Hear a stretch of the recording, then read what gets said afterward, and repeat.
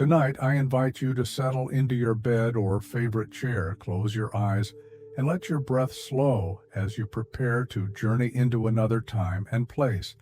This is a story woven with quiet suspense and gentle mystery, a tale of hidden ships, silent diamonds, and secrets carried in the fog of London's old streets. Allow the calm voice of this narration to guide you through narrow alleyways and quiet parlors into the heart of a case only Sherlock Holmes could unravel. Each moment will unfold softly, carrying you deeper into its shadows without haste, letting your mind wander peacefully along its winding path. So rest now and listen to the tears of the Silver Falcon, a story told not to quicken your pulse but to soothe it into stillness as you drift into sleep with each careful step of this timeless mystery. It was barely light when Inspector Lestrade arrived at Baker Street. Outside, a pale dawn struggled to push through the thick fog rolling in from the Thames. The gas lamps along the street glowed dimly, halos of amber flickering in the mist. Lestrade climbed the stone steps, his heavy boots dripping water onto the doorstep, his coat damp with dew and fog. For a brief moment he hesitated before knocking, as if gathering his composure against the chill clinging to his bones. Inside, I sat in my armchair near the small coal fire, sipping weak tea and reviewing my patient notes for the coming week.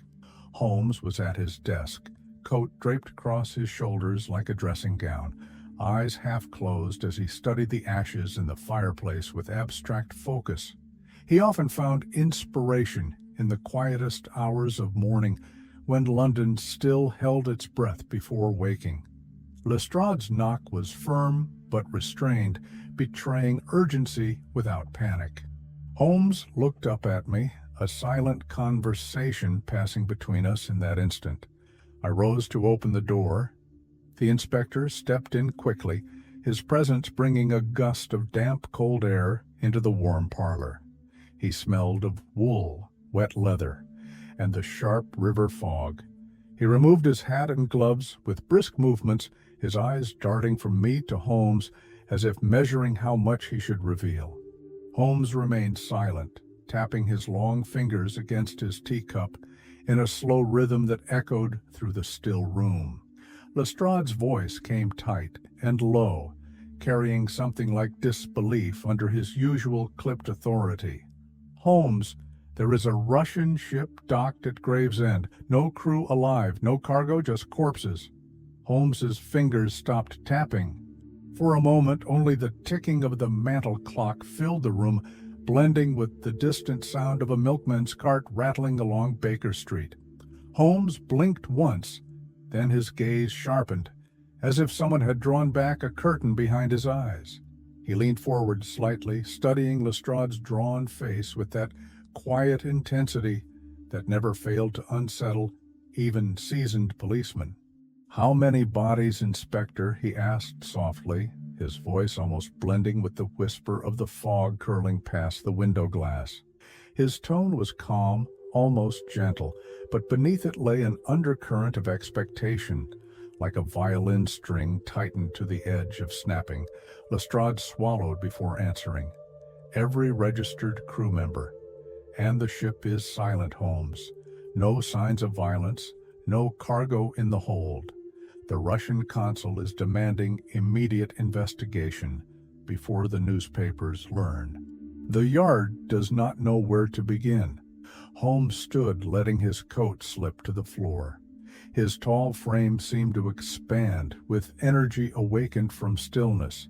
He walked to the window, wiping away a circle of condensation to peer out into the gray morning. The fog moved like a living thing across Baker Street, cloaking the quiet houses and muffling the world into a secret hidden place. For a long moment he said nothing. Then he turned back to Lestrade with an expression of quiet resolve. "Watson, prepare your bag. Inspector, you will accompany us to Gravesend. If death has walked aboard this ship without leaving a wound, then it carries a story we are meant to hear. And I, for one, Intend to listen." Lestrade nodded once, the relief in his eyes masked quickly by duty. He turned to leave, his boots echoing down the stone steps. Holmes watched him disappear into the fog, then looked at me with that slight tilt of his mouth that always foretold a day neither restful nor ordinary. I felt a shiver of anticipation as I packed my medical bag and reached for my overcoat, ready to follow my friend into another mystery hidden within the waking silence of London's dawn. We traveled to Gravesend docks under a sky layered in unbroken gray, the morning light never quite emerging from behind dense clouds. The train journey from London was silent, except for the rhythm of wheels clacking over rails. Holmes sat across from me, eyes closed, fingertips pressed together under his chin, immersed in thought so deep it seemed sleep to any unknowing observer. His coat collar was turned up against the damp draft that moved through the compartment, rustling the thin newspaper folded at his side. Outside the window, hedgerows and empty fields passed in a blur of muted green and brown, interrupted by the occasional cluster of brick houses, their chimneys breathing smoke into the drizzling air. At Gravesend Station, Lestrade met us on the platform with two local constables. He gestured for us to follow, speaking in a hushed tone as if unwilling to disturb the quiet doom that seemed to linger over the quay. The docks were nearly deserted in this early hour, the fog clinging to every rope coil, every iron bollard, softening the sharp outlines of cranes and warehouse roofs into spectral shapes. A lone gull cried overhead, its wings slicing the mist. Then it was gone, swallowed by the heavy white curtain drifting up from the river. The smell was thick with coal smoke, brine, rotting kelp, and the faint metallic tang of stagnant water trapped between anchored hulls. We walked along the narrow wooden pier, its planks slick with condensation. Holmes's boots made no sound as he moved ahead, his long coat brushing against stacked crates marked with Cyrillic stencils faded by rain and salt air. The constables followed close behind, their lanterns flickering orange glows onto the pale boards, illuminating coiled ropes and rusted chains snaking across the dock. Ahead, the ship loomed at berth, Sarina's Light. Her name was painted in white along her flanks, letters curling in elaborate script. She was a steamship of dark iron, low and broad, her hull streaked with rust and algae. Tethered by thick ropes straining against the rising tide, she rocked gently with the river's pulse, a silent motion that made her appear almost alive in the morning gloom. As we approached the gangplank, Lestrade paused and spoke in a voice strained by something like awe mixed with dread. "There are no crew visible, Holmes. Not a single hand has come above deck since she arrived on the tide before dawn." Holmes nodded without speaking and began his careful ascent, his gloved hand sliding along the rope rail for balance. I followed, feeling the subtle tremor of the ship beneath my boots with each step. At the top, the deck stretched before us in eerie stillness. No voices called orders, no engine thrummed deep within her hull. The wheelhouse windows were fogged with moisture from the river air. Seabirds perched along the railings, watching us with bright, unblinking eyes, then flapping away as we moved further into their silent kingdom. A frayed rope swung idly from the mainmast, creaking as it twisted in the breeze. Coils of line lay abandoned where they had been dropped, some half unwound, some secured hastily to iron cleats. Near the forward cargo hatch, a tarpaulin flapped gently, revealing crates stacked beneath, unopened. The deck smelled of wet iron, oil, and something subtler, a sweetness that turned sour the longer it lingered in the nose. Holmes moved in slow, deliberate steps, his gaze sweeping each detail with a patient precision that made the rest of us seem hurried by comparison. He crouched to inspect faint scuff marks along the planks near the wheelhouse door, then rose, brushing moisture from his knees. His expression remained unreadable, but I sensed his mind racing ahead, forming questions for which he suspected there would be no comforting answers. We walked the length of the deck, the silence pressing close around us, broken only by the river lapping against her hull and the distant clang of bells marking time in the harbormaster's tower. There were no bodies here, no blood or sign of violence, only the empty ship rolling gently with the current. A vessel that had come from across the North Sea carrying nothing but death, now sitting alone in a fog-bound berth, waiting for someone to hear whatever final message lay hidden within her iron walls. Holmes turned to me, his eyes reflecting the gray light off the river. "Watson," he said softly, "death waits below. Prepare yourself. This is no ordinary ship, and these are no ordinary dead." And as we moved towards the iron stairs leading down into the darkness of her underdeck, I felt a shiver run through me that had nothing to do with the cold, damp air rising from the Thames. We descended into the ship's underdeck, each step down the iron staircase echoing with a dull clang that faded quickly into the heavy stillness below. Holmes led the way, lantern held out before him. Its glow revealed narrow corridors lined with riveted steel walls, moisture dripping steadily from pipes overhead into shallow, rust-stained puddles along the floor. The smell here was thick and layered: salt, stale air, engine oil, and something sharper beneath it, metallic and sweet, filling my nostrils and tightening my throat with quiet dread. The first bodies appeared just past the crew quarters entrance. Holmes raised his lantern, revealing a sailor collapsed against the corridor wall, knees drawn to his chest, as if he had simply sat down to rest. His eyes were closed, face slack in a sleep from which there would be no waking. A thin line of dried saliva trailed from the corner of his mouth down the faded collar of his shirt. Beside him, an overturned enamel mug lay on its side in a small dark stain. Further along, we found another man lying face down across the threshold of the galley, one hand extended towards the stove, as if he had been preparing to light it for breakfast. His hair was damp with condensation from the low ceiling. The back of his neck glistened with a faint bluish tint. Holmes knelt and placed 2 fingers beneath the sailor's jaw, feeling for a pulse that was not there. He pressed the man's lips open gently, peering into his mouth with close scrutiny. I could see the set of Holmes's jaw tighten slightly in the dim lantern light. "Bluish tinge on the lips," he murmured, voice calm but edged with focused concern, pupils constricted. "Watson, what do you observe here?" I moved closer, opening my own lantern wider to flood the corridor with warmer light. Kneeling by the second body, I checked the eyes, then traced my gloved fingers along his neck and wrist, feeling the cold stiffness of early rigor mortis.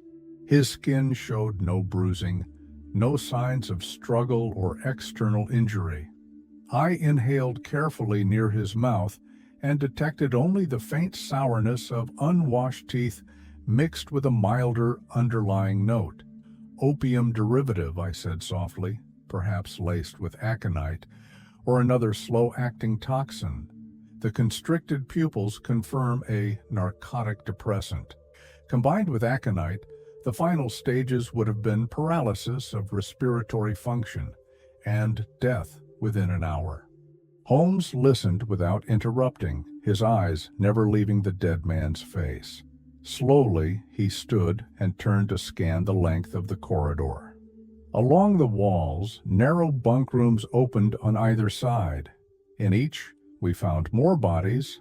Some lay under thin blankets, arms folded as if sleeping.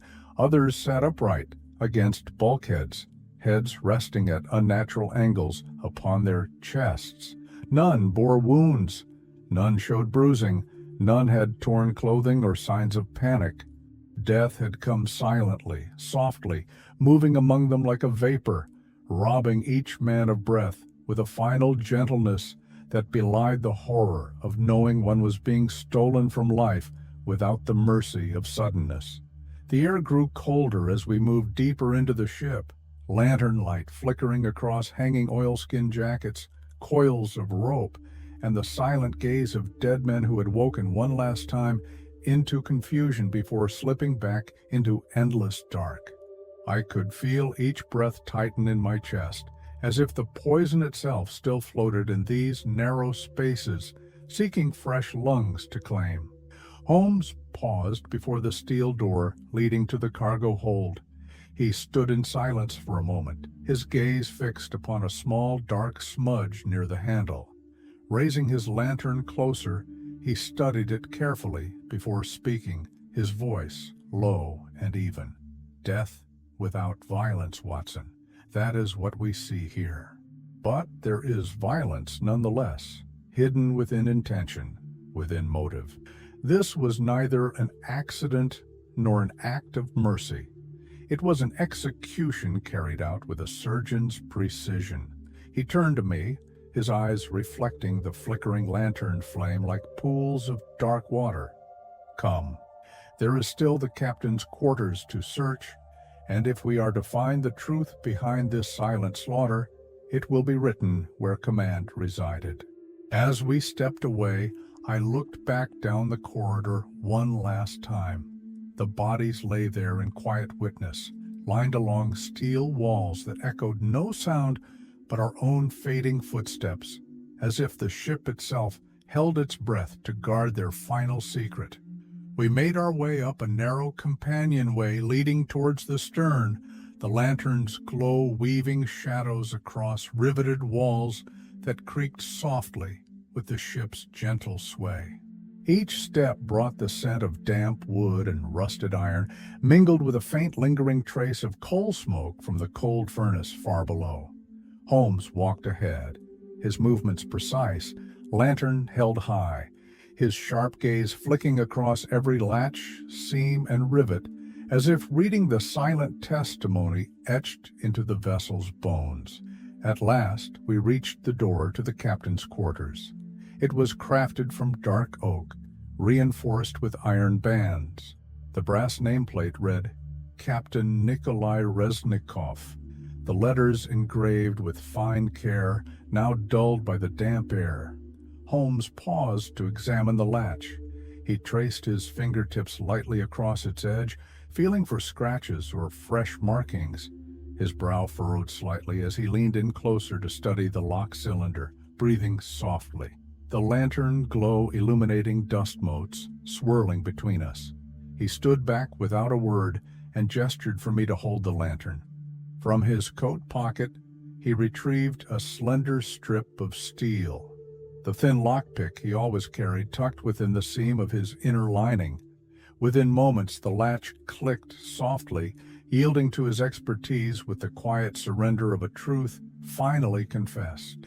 He pushed the door open and stepped inside. The air within was close and stale, heavy with the smell of cold tobacco ash and lamp oil. The cabin was small but furnished with the dignity accorded a ship's master. A narrow bunk with woolen blankets tucked with military precision, a sturdy oak desk bolted to the floor, a low bookcase built into the bulkhead filled with manuals in Russian and English, and a tall brass oil lamp secured beside the door, its glass smudged with soot. Holmes moved slowly through the cramped space, lantern sweeping across each detail. Papers lay scattered across the desk, many crumpled or torn from their bindings. A map of the North Atlantic lay unfurled, its edges curling upwards, dotted with pencil marks tracking a route from Arkhangelsk through the North Sea down the channel.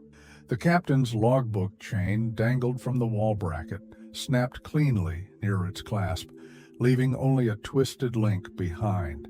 Holmes's gaze narrowed as he examined it, his eyes dark with thought. He moved to the bunk, pressing his hand against the blanket, then lifting the thin pillow to check beneath. Nothing. No revolver, no personal effects. The small drawer under the bunk was empty, lined only with yellowed paper peeling at the corners. Beside the desk, an ashtray overflowed with thin cigarillo butts, their filters stained dark with resin, as if the captain had spent sleepless nights pacing in this room, smoking one after another, waiting for something he feared but could not avoid. Holmes straightened and looked around once more, taking in the silent bookshelves, the folded oilskins hanging from brass hooks near the door, the neat row of empty glasses above the writing desk. Slowly he spoke, his voice echoing softly within the still cabin. "There is no body here, no sign of forced removal, no trace of struggle or blood, and yet the logbook is gone, torn from its chain with deliberate haste. The captain was either taken or fled before the final act was carried out upon his men."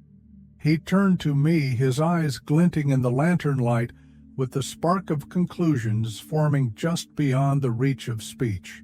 "A man does not abandon his command lightly, Watson. If he fled, then fear outweighed honor. If he was taken, then we deal with enemies who leave no witnesses alive, except him." Holmes reached for a crumpled scrap of paper wedged between the desk and the bulkhead. He unfolded it carefully, revealing a series of handwritten numbers in Cyrillic letters, smeared with sweat and oil stains. His eyes scanned them quickly, then he folded it again and placed it securely within his inner coat pocket. "Come, Watson," he said quietly. "We are finished here. The truth lies not with these bodies, nor with this absent captain alone, but with what they carried upon this ship, and with those who now seek to bury it beneath silence and fog." We left the cabin, stepping back into the dim corridor. Behind us, the small room stood empty and silent, holding only the faint smell of cold tobacco and fear, and the echo of a captain's absence that spoke louder than any confession. We moved from the captain's cabin back through the silent underdeck, lantern light dancing across the steel walls as if revealing unseen shapes drifting just beyond vision. Holmes's face remained still, eyes sharp with restless calculation, as we stepped over coiled ropes and lantern hooks, bolted into the bulkhead. Each corridor seemed to hold its breath as we passed, the heavy quiet broken only by the dull creak of the ship shifting with the tide against its moorings. At the far end of the crew quarters, Holmes paused before the body of a man slumped against the bulkhead near a narrow storage locker. The sailor's face was turned towards the metal wall, cheek pressed against it, as if he had fallen asleep listening to its cold hum. His jacket was open slightly, revealing a stained undershirt clinging to his sunken chest. Holmes crouched down beside him, lifting the lantern to study the details others might have overlooked. With careful hands, he slipped his fingers into the inside pocket of the sailor's jacket. The fabric was stiff with dried sweat and salt. For a moment, his search yielded only stray threads and lint. Then his expression shifted slightly, a narrowing of the eyes, a tightening at the corners of his mouth, as his fingertips brushed against something solid and unfamiliar. He withdrew his hand slowly, revealing a small silver figurine resting in his palm. Its shape caught the lantern glow, reflecting a dim shimmer across the narrow corridor walls. It was a falcon, no longer than the length of a thumb, its wings swept back in mid-flight, head bowed with an expression of silent command. Holmes turned it gently, revealing that its feathers were paved with tiny diamonds, each set into the silver with meticulous craftsmanship. Along its wingspan, They sparkled coldly, catching each flicker of lantern light like frost under moonlight. Holmes held the falcon closer to his eyes, examining the filigree details engraved along its neck and chest. He traced the shape with his thumb, feeling the cold weight of metal and stone, then glanced up at me with a look of quiet intensity. "Remarkable craftsmanship," he said, voice soft, almost reverent in the stillness of the corridor. "Russian silver by the engraving style. Late Imperial era design, possibly Petersburg or Kazan origin. But what message does it carry, Watson, for such an object to be hidden on a dead sailor aboard a silent ship of corpses? It cannot merely be an heirloom or trinket." He turned the falcon over in his hand once more, studying the base where its claws joined the small decorative stand. There, along the underside, was a narrow seam almost invisible against the silver's polished surface. Holmes reached into his coat and withdrew a fine-tipped blade from his leather kit. With a delicate, practiced motion, he inserted the blade into the seam and twisted gently. A faint click sounded, echoing down the corridor like a lock releasing its final secret. The base separated, revealing a tiny cavity hidden within the falcon's body. Holmes peered inside, his brow furrowing as he reached into the hollow chamber and withdrew a small scrap of paper, folded tightly into a neat square. He unfolded it slowly under the lantern glow. Its surface was covered in thin black strokes and dots, lines flowing across the page in complex symbols unfamiliar to my eye. His expression darkened with quiet recognition. "A cipher," he murmured, his thumb tracing along the delicate ink marks, "written quickly, perhaps under threat. There is more to this falcon than decoration, Watson. It carries the weight of a secret worthy of killing an entire crew to protect." He closed the falcon and tucked both it and the folded cipher into his inner pocket. Rising to his full height, Holmes stood in the narrow corridor for a long moment, lantern raised, eyes half closed in contemplation. The ship rocked gently beneath us, creaking softly as if whispering a warning from the darkness beyond its iron walls.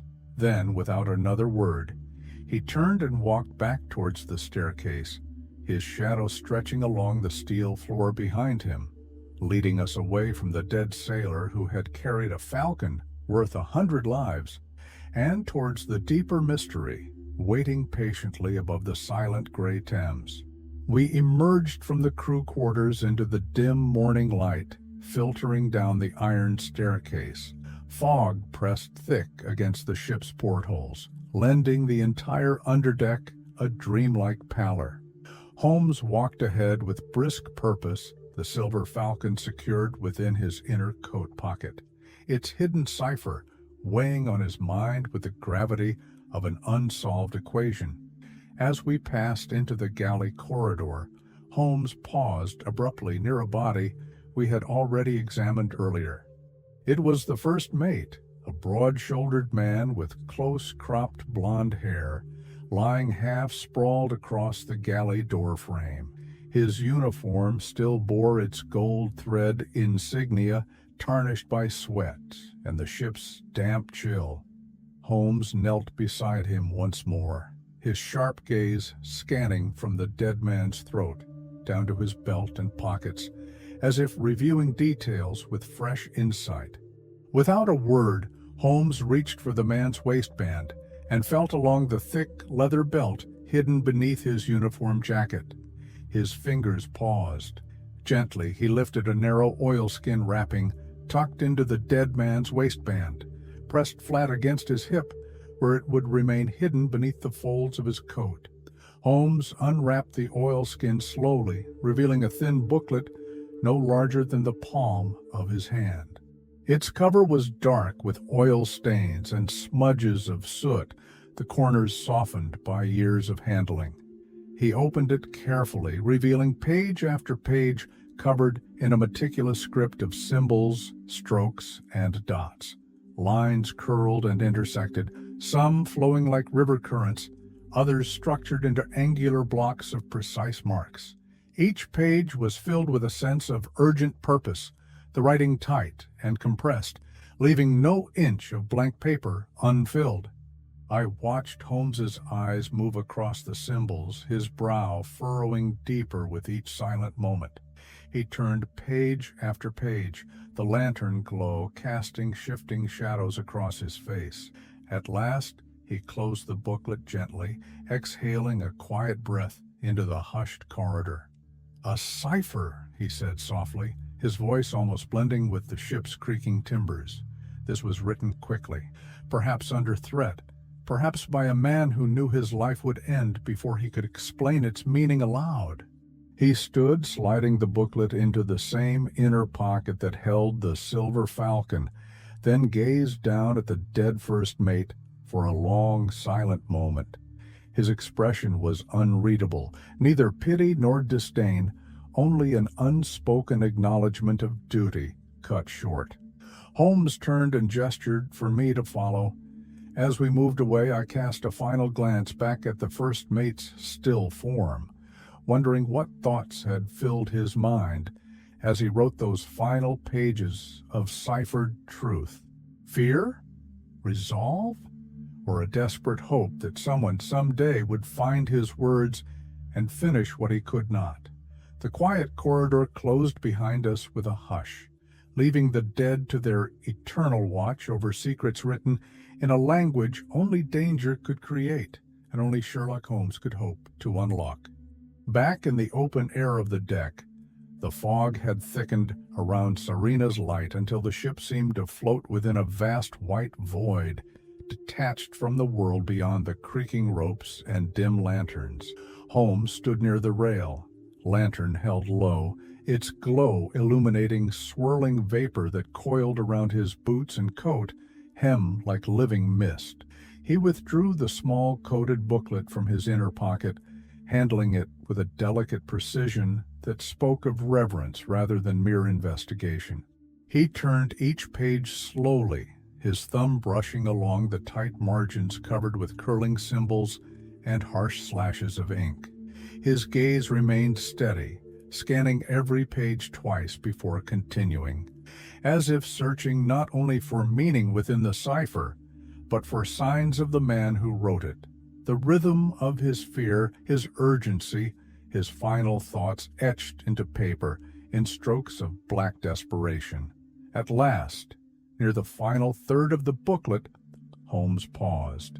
His eyes narrowed with sudden intensity as he raised the lantern closer.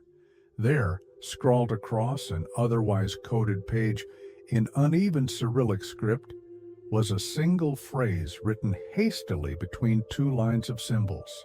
The letters were dark and jagged, pressed so hard into the paper that the nib had torn through in two places, leaving tiny holes along the stroke of a final letter.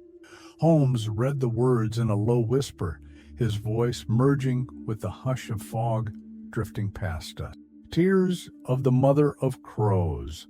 The phrase hung between us in the silent mist, laden with a meaning neither of us could yet grasp. Holmes traced it again with his thumb, feeling the rough tears where ink had cut through to paper grain. For a long moment, he said nothing.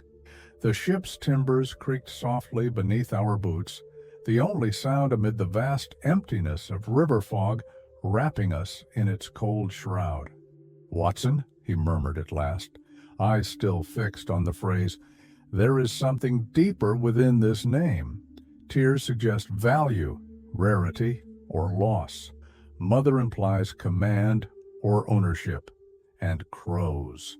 He fell silent, thinking, his brow furrowed in concentration. Crows are watchers, scavengers, and in many cultures, messengers of death or secrets carried unseen between worlds.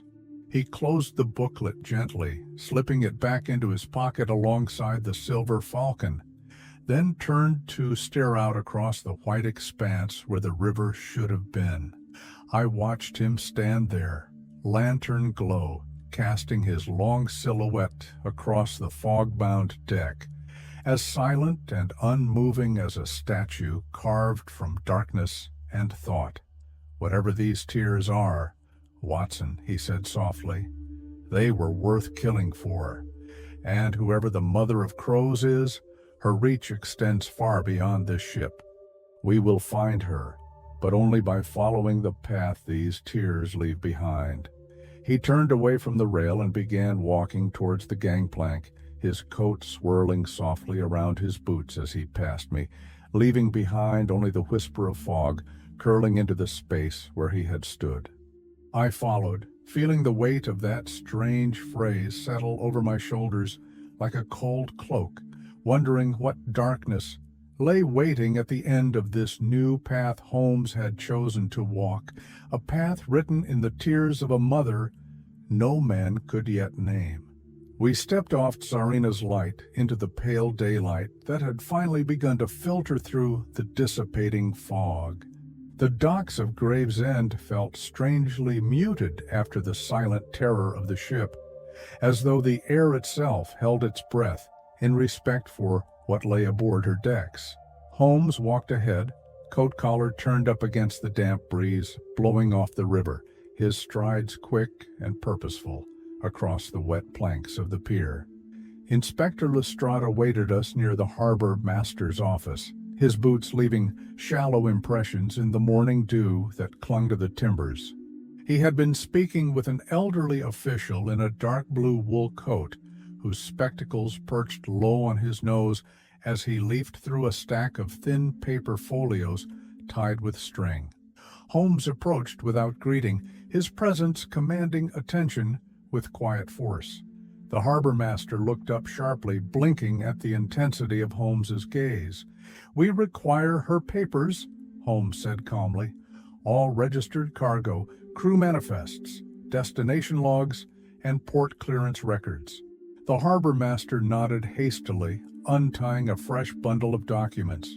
His hands were rough and reddened by cold, fingernails dark with ink stains. He spread the papers across a broad oak table near the office door, weighted against the breeze by iron cleats and a heavy brass telescope that lay beside a folded chart of the lower Thames. Holmes bent over the papers, scanning each line with swift precision. His eyes flicked from Cyrillic headings to English notations, checking dates, ports of call, and listed cargo contents with the unbroken focus of a mind that tolerated no wasted movement.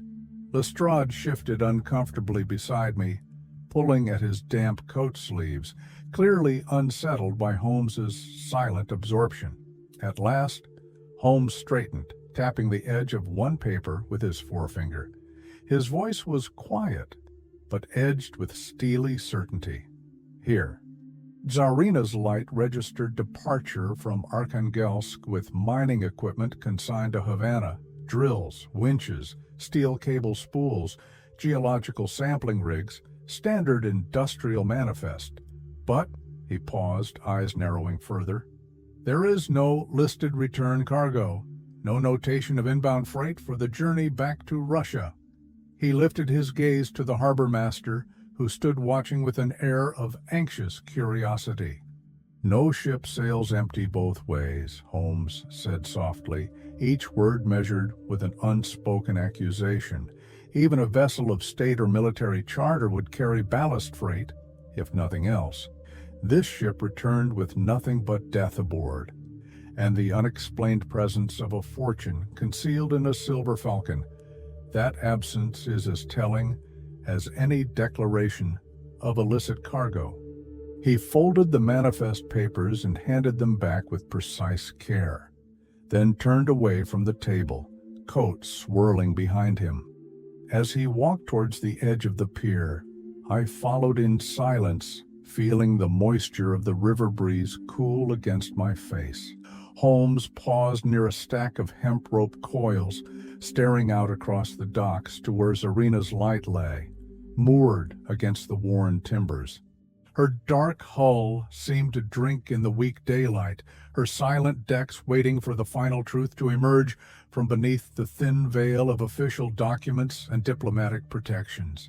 He spoke without looking back, his voice carrying low over the quiet morning tide. "There is always cargo, Watson. If it is not listed on paper, then it is hidden in flesh, blood, or secrets. And secrets—" He paused, exhaling slowly into the breeze. "Secrets rarely remain buried when death arrives to claim them." We stood there for a long moment, the cry of gulls circling overhead, the scent of salt and river mud rising around us, the falcon, the ciphered booklet, the phrase written in desperate hand, all felt like pieces of a puzzle that would soon reveal not merely smuggling or theft, but something far darker, woven into the silent journey of Tsarina's light. We returned to the harbor master's office later that afternoon to collect further statements and examine the sealed records Lestrade had requisitioned from customs. The fog had lifted entirely by then, revealing a muted sky streaked with drifting clouds and soft bands of gray and ivory. Dock workers moved quietly along the piers, their boots thudding against damp planks, the rhythmic squeal of cartwheels blending with gull cries and the distant clang of ship bells echoing down the river. Inside, the air was warmer, heavy with the smell of pipe smoke, tea leaves, and oiled timber. Holmes sat in a high-backed wooden chair near the broad table stacked with ledgers, his fingertips pressed together in silent contemplation, the silver falcon resting before him on a folded cloth. Its diamond-studded wings caught stray threads of daylight through the grimy windows, reflecting delicate glints across the dark-paneled walls. Lestrade stood by the door speaking in low tones to a thin, anxious clerk who kept adjusting his round spectacles as he read from an open ledger. The inspector's jaw was tight with tension, his hand unconsciously tapping against his thigh. Holmes watched this exchange with impassive stillness, his eyes half closed, as if observing a theatrical performance whose ending he already knew. The clerk fell silent abruptly as two men entered the office. They were well dressed in dark wool coats, silk scarves folded neatly at their throats, each bearing a silver pin in the shape of the Russian imperial eagle. Their boots were polished to a mirror shine, and their gloved hands carried slim leather folios embossed with the consul's seal. Both men removed their hats in swift, coordinated movements, revealing short-cropped hair slicked precisely against their scalps. One of them stepped forward, his posture rigid with practiced authority. His voice was low and controlled, each syllable wrapped in a polite coldness that carried a silent warning beneath its courtesy. "We are agents of the Imperial Russian Consulate," he said, his English tinged with the clipped vowels of St. Petersburg nobility. "We require immediate release of all bodies recovered from Tsarina's light for diplomatic repatriation. Additionally, we demand return of all items, documents, and personal effects belonging to Russian citizens aboard the vessel." Lestrade opened his mouth to protest, but Holmes raised a single finger, silencing him without turning his gaze from the two agents. There was a pause, filled only by the ticking of the brass clock on the shelf behind the harbor master's desk.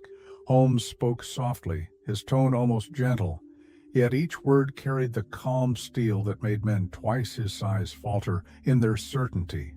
"On what grounds does your government claim jurisdiction, gentlemen?"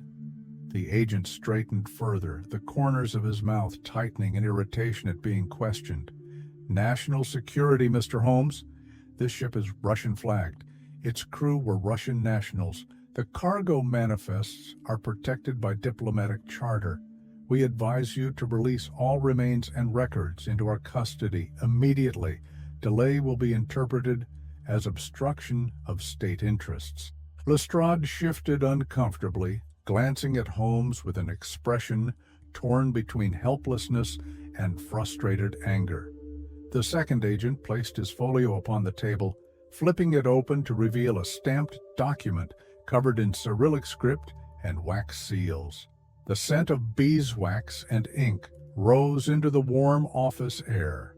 Holmes studied the document with dispassionate calm, then leaned back in his chair, steepling his fingers beneath his chin.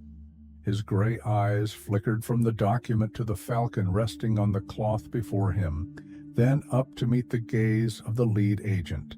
The silence in the room pressed close around us, the creak of timber beams above mingling with the ticking clock in a quiet symphony of tension. "We have hours before Scotland Yard folds to diplomatic pressure," Holmes said softly to Lestrade, his voice pitched so only we could hear. "Hours to uncover a truth hidden behind state seals and silent corpses. Let us use them well." He rose to his feet with unhurried grace, gathering the falcon and sliding it into his leather satchel. As he turned towards the door, his gaze met mine with a glint of calm determination. "Come, Watson. The dead have told us enough to rouse a nation's fear. Let us hear what the living will confess when pressed by daylight." We stepped out into the crisp afternoon breeze, leaving behind two Russian agents whose cold politeness masked a threat as deep and dark as the secrets they sought to keep buried beneath consular privilege and silence. We returned to Baker Street as dusk settled over London, the city bathed in a muted glow of lamplight and lingering sunset streaks. The gas lights flickered along the edges of the streets, casting long shadows across the paving stones. Hansom cabs clattered by in rhythmic intervals, their wheels slick with evening drizzle. Holmes remained silent for most of the ride, the falcon wrapped securely within his satchel, resting against his thigh. I could sense his mind turning through possibilities with relentless precision, each new fragment of information slotting into an unseen structure he alone perceived. When we reached our rooms, Mrs. Hudson met us at the door with her usual quiet efficiency, her eyes lingering on Holmes with worry as he passed her without a word. Climbing the stairs 2 at a time, I followed closely behind, the smell of baking bread and wood polish fading as we entered the quiet familiarity of our parlor.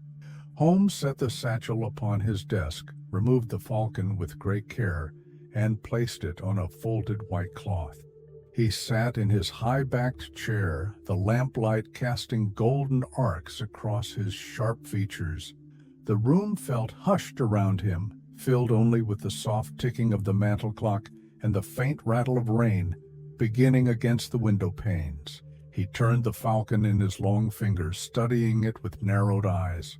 Its silver surface gleamed with a cold beauty, each small diamond embedded within its wings, catching the lamplight and refracting it into delicate prismatic sparkles upon the dark oak desk.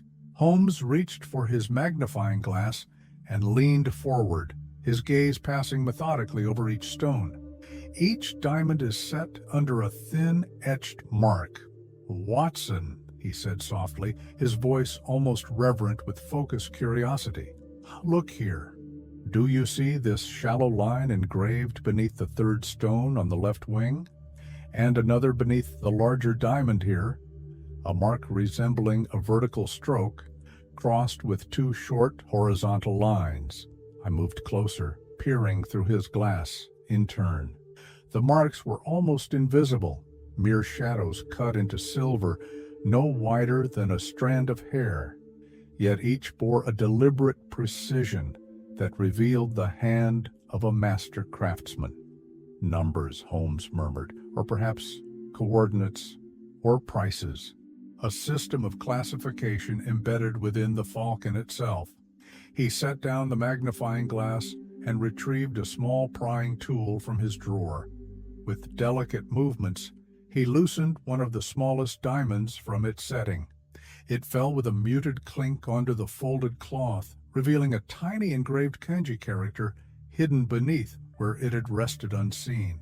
Holmes's gaze sharpened as he angled the lamplight closer. Etched beneath the stone was a single Japanese character. He read it aloud in a whisper that barely reached my ears. Child. I felt a cold chill slip down my spine despite the warmth of the room. The falcon, with its beauty and wealth, was no mere object of vanity. It carried a message buried within its design, a language built of diamond and silver, communicating something neither spoken nor written in any official ledger. Holmes sat back, steepling his fingers beneath his chin, the character still shimmering beneath the empty setting. His eyes closed briefly as he breathed in deeply, as if drawing understanding from the silent spaces of the room.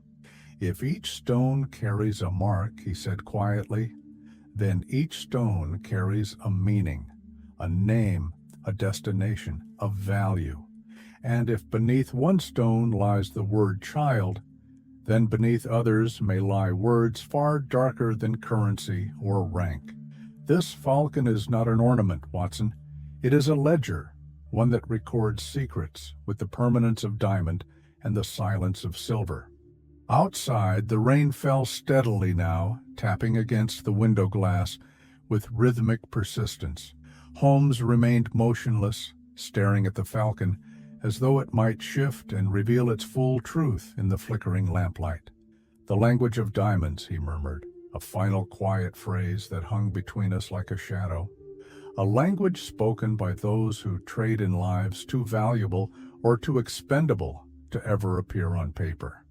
The rain continued through the night and into the following afternoon, washing London's streets clean of soot and dust, but leaving behind puddles that mirrored the slate-gray sky. Baker Street felt hushed beneath the persistent drizzle. Outside our window, rivulets streamed down the glass, blurring the outlines of hansom cabs and umbrella-carrying pedestrians into shapeless shadows drifting through the muted daylight. Holmes sat at his desk in deep concentration, the silver falcon before him, each diamond loosened and examined one by one. Notes covered the oak surface, lists of symbols, partial translations, and hypotheses about the hidden ledger encoded within its delicate form. He moved with silent precision, his thin fingers shifting stones gently, his mind as focused as a surgeon's blade.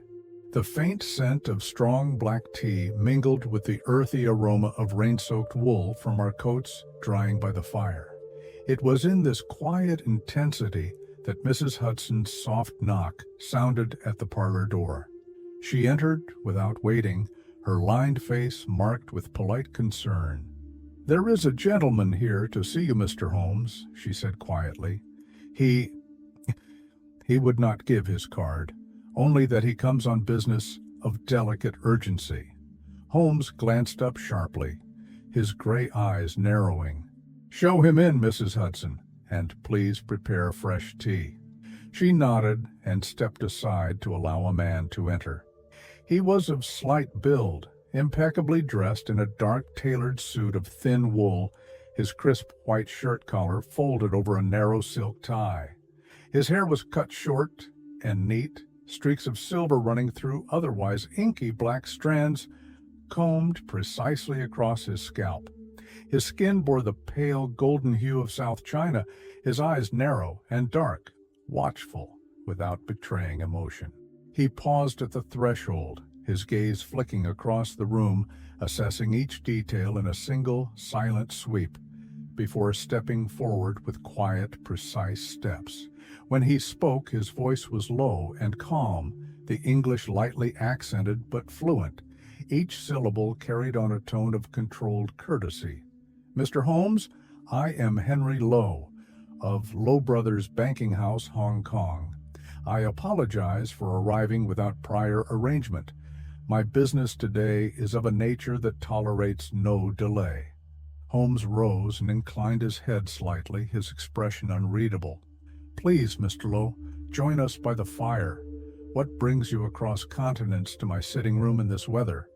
Low's lips curved into the faintest echo of a smile as he lowered himself gracefully into the chair opposite Holmes.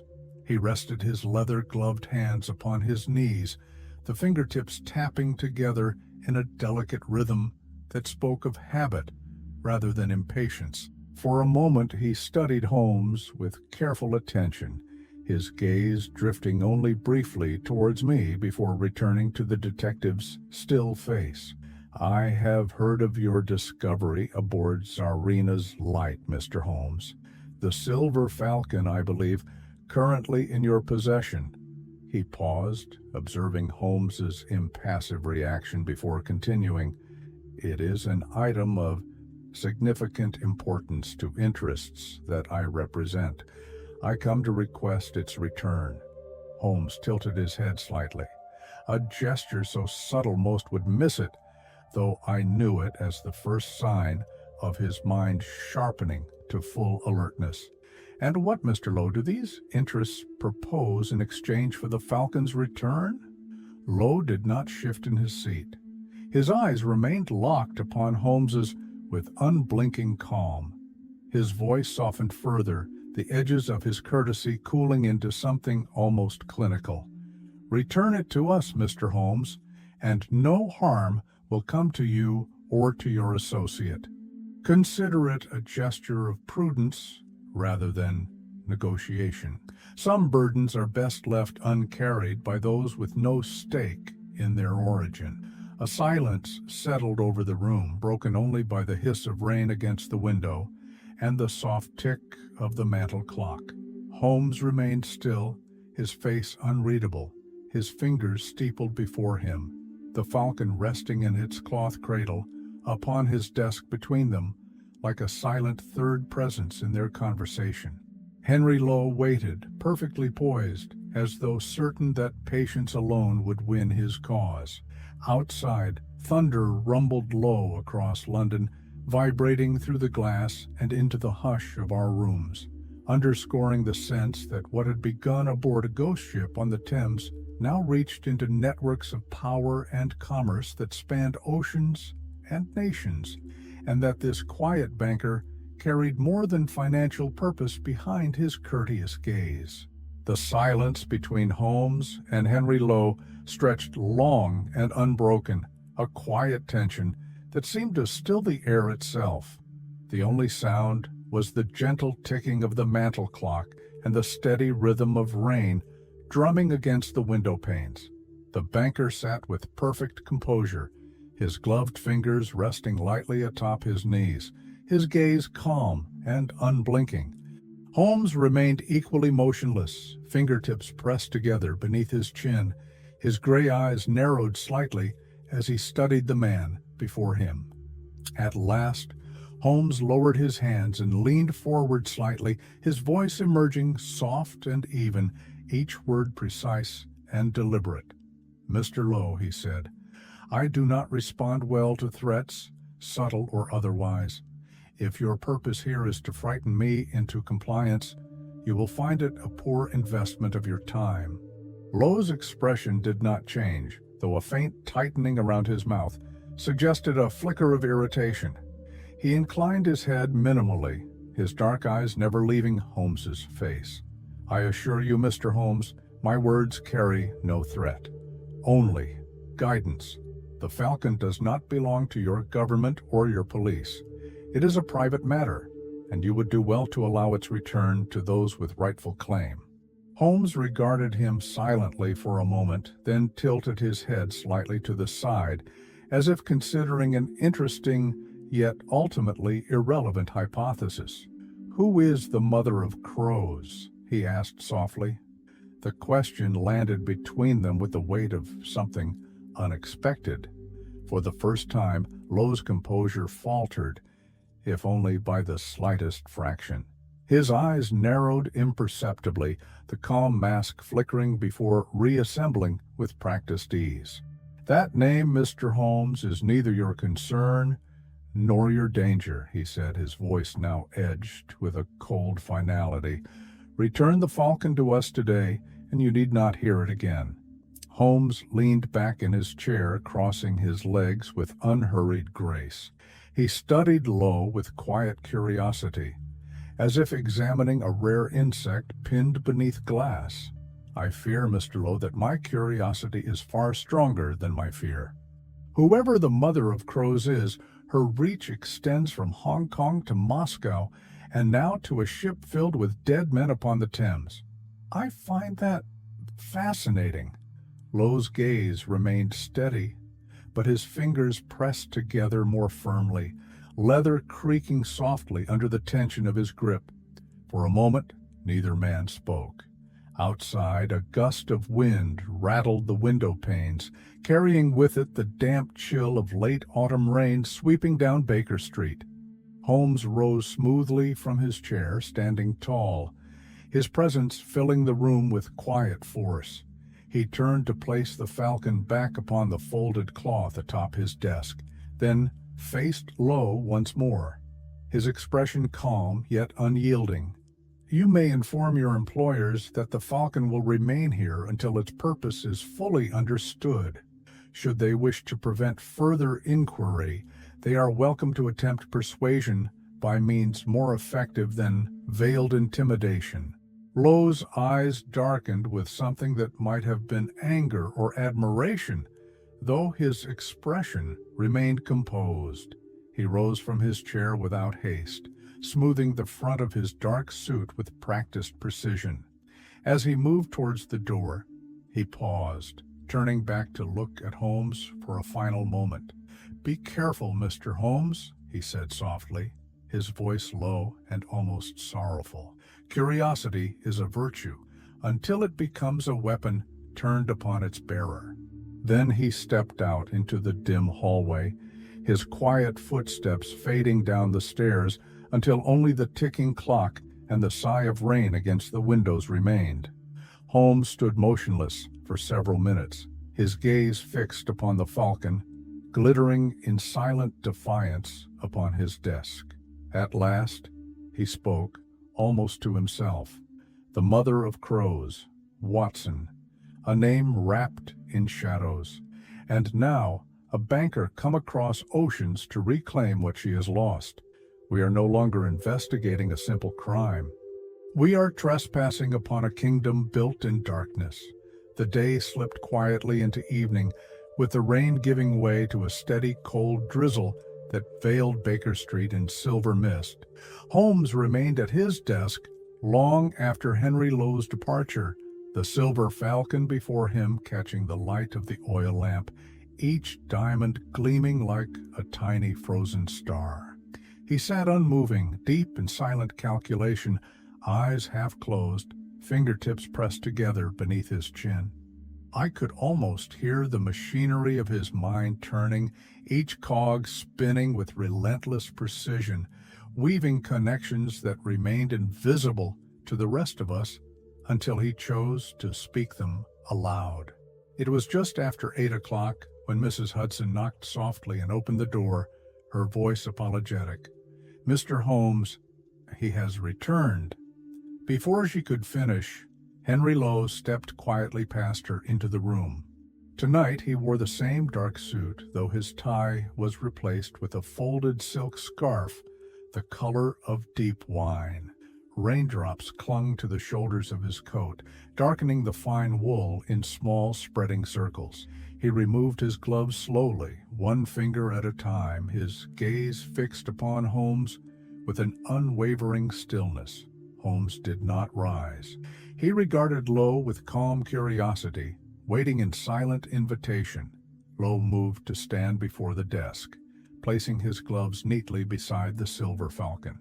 He studied it for a long moment, then lifted his eyes to Holmes.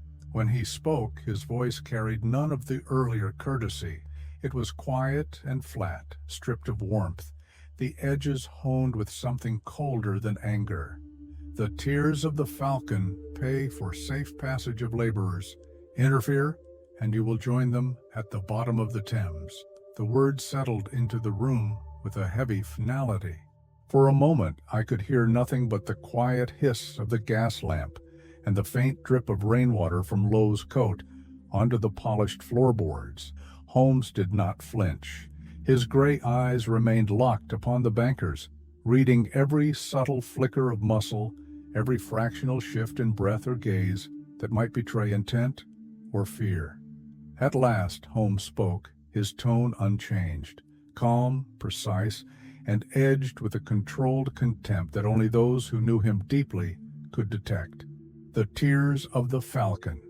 You speak of them as though they are mere coins to be spent, Mr. Lowe.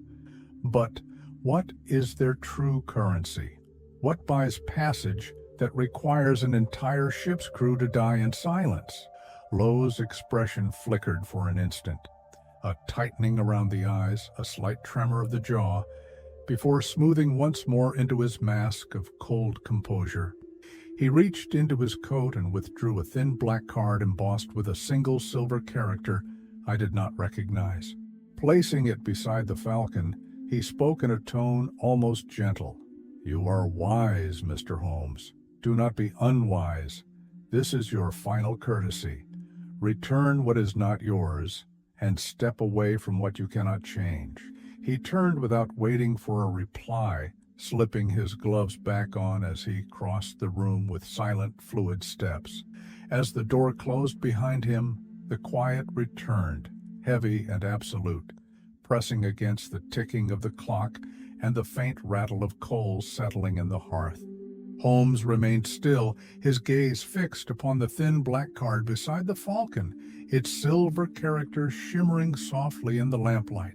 Outside, the drizzle continued its quiet descent upon London, wrapping the city in a veil of secrecy, as if the night itself conspired to keep hidden whatever truths Holmes had begun to unravel.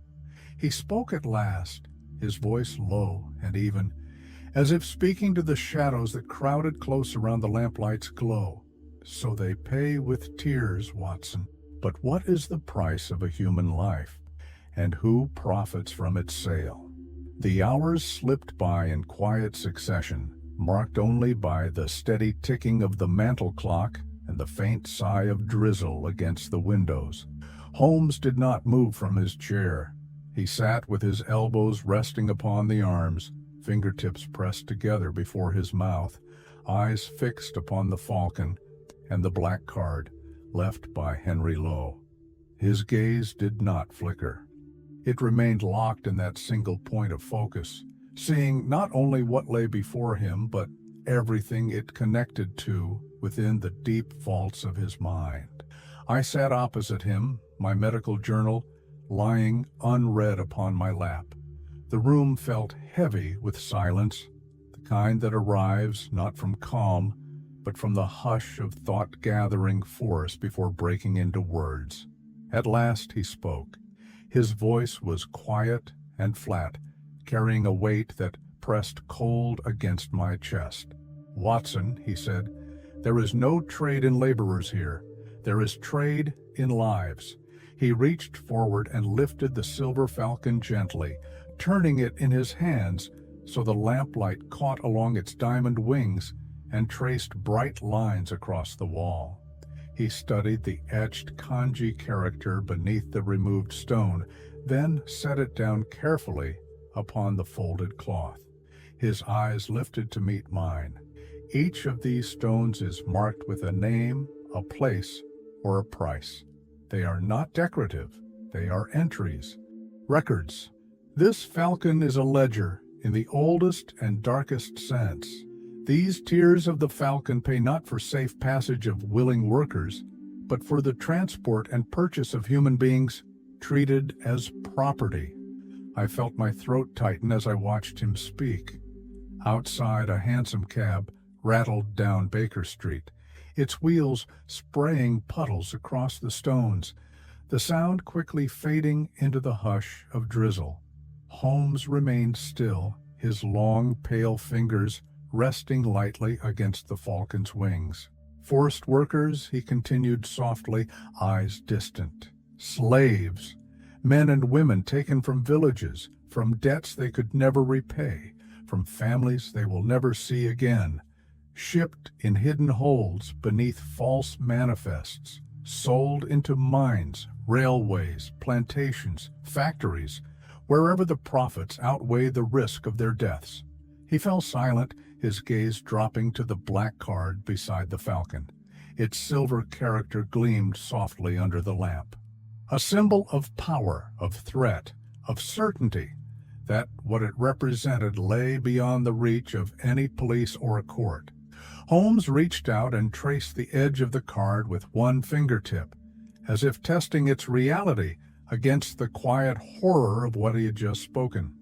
"We are not dealing with smugglers, Watson," he said quietly. "We are trespassing upon a market built upon flesh, and every diamond within this falcon's wings buys a life stripped of freedom and sold to men who measure worth only in profit." For a long moment, neither of us spoke. The room felt colder somehow, as though the rain beyond the windows had seeped into the walls. I watched Holmes close his eyes briefly, drawing in a silent breath, then open them again with renewed resolve. His face held no anger, only a deep and unyielding clarity, the look of a man who understood the darkness he faced and chose to confront it, despite knowing its immensity. "This is no longer investigation, Watson," he said softly. "This is war against those who believe no law binds them, no moral limits restrain them. And war it shall be." Outside, the drizzle turned once more to steady rain, tapping softly upon the glass in rhythmic persistence. Holmes remained at his desk, eyes fixed upon the falcon glinting in lamplight, a silent ledger of tears paid for lives taken, and of the quiet rage now burning within the man determined to unmask those who profited from that trade. I remained seated across from Holmes, my hands clasped tightly together upon my knees, the faint chill of the room settling into my bones despite the fire crackling in the hearth. The words he had spoken pressed against my chest with a weight that grew heavier the longer I sat in silence, absorbing their full meaning. Outside, the rain drummed steadily against the windows, masking the sounds of London evening life beyond the fogged glass. Holmes reached once more for the silver falcon, resting upon its folded cloth. He lifted it with delicate care, turning it so the diamonds caught the lamplight and scattered sharp glints across the dark walls. The engraved kanji beneath the removed stone gleamed faintly, child, and in that simple, single character lay an entire world of grief I could scarcely comprehend. I stared at the falcon, my throat tightening with a sickness I could neither swallow nor breathe away. The diamonds glittered coldly under the flickering flame, silent and beautiful and utterly obscene in their hidden purpose. "Each stone," I whispered, my voice sounding distant to my own ears, "each stone represents a person sold?" Holmes did not turn to look at me. His eyes remained fixed upon the falcon's wings as he spoke, his voice low and stripped of all ornament. "Yes, Watson, each stone is payment, a life purchased, a name stripped from its bearer and reduced to a mark beneath the diamond. Each is a record of suffering, of families destroyed, of futures erased before they could be lived. This falcon is not a treasure. It is a confession cast in silver and stone for those who know how to read it." I felt my hands tremble slightly upon my knees. The flicker of the oil lamp cast restless shadows across Holmes's face, deepening the lines of quiet fury etched around his eyes and mouth.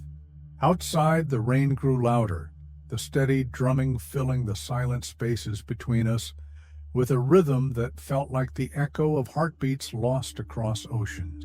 "And a family destroyed," I said softly, feeling the words land heavy upon my chest. "Each stone, each tear, means a family forever torn apart."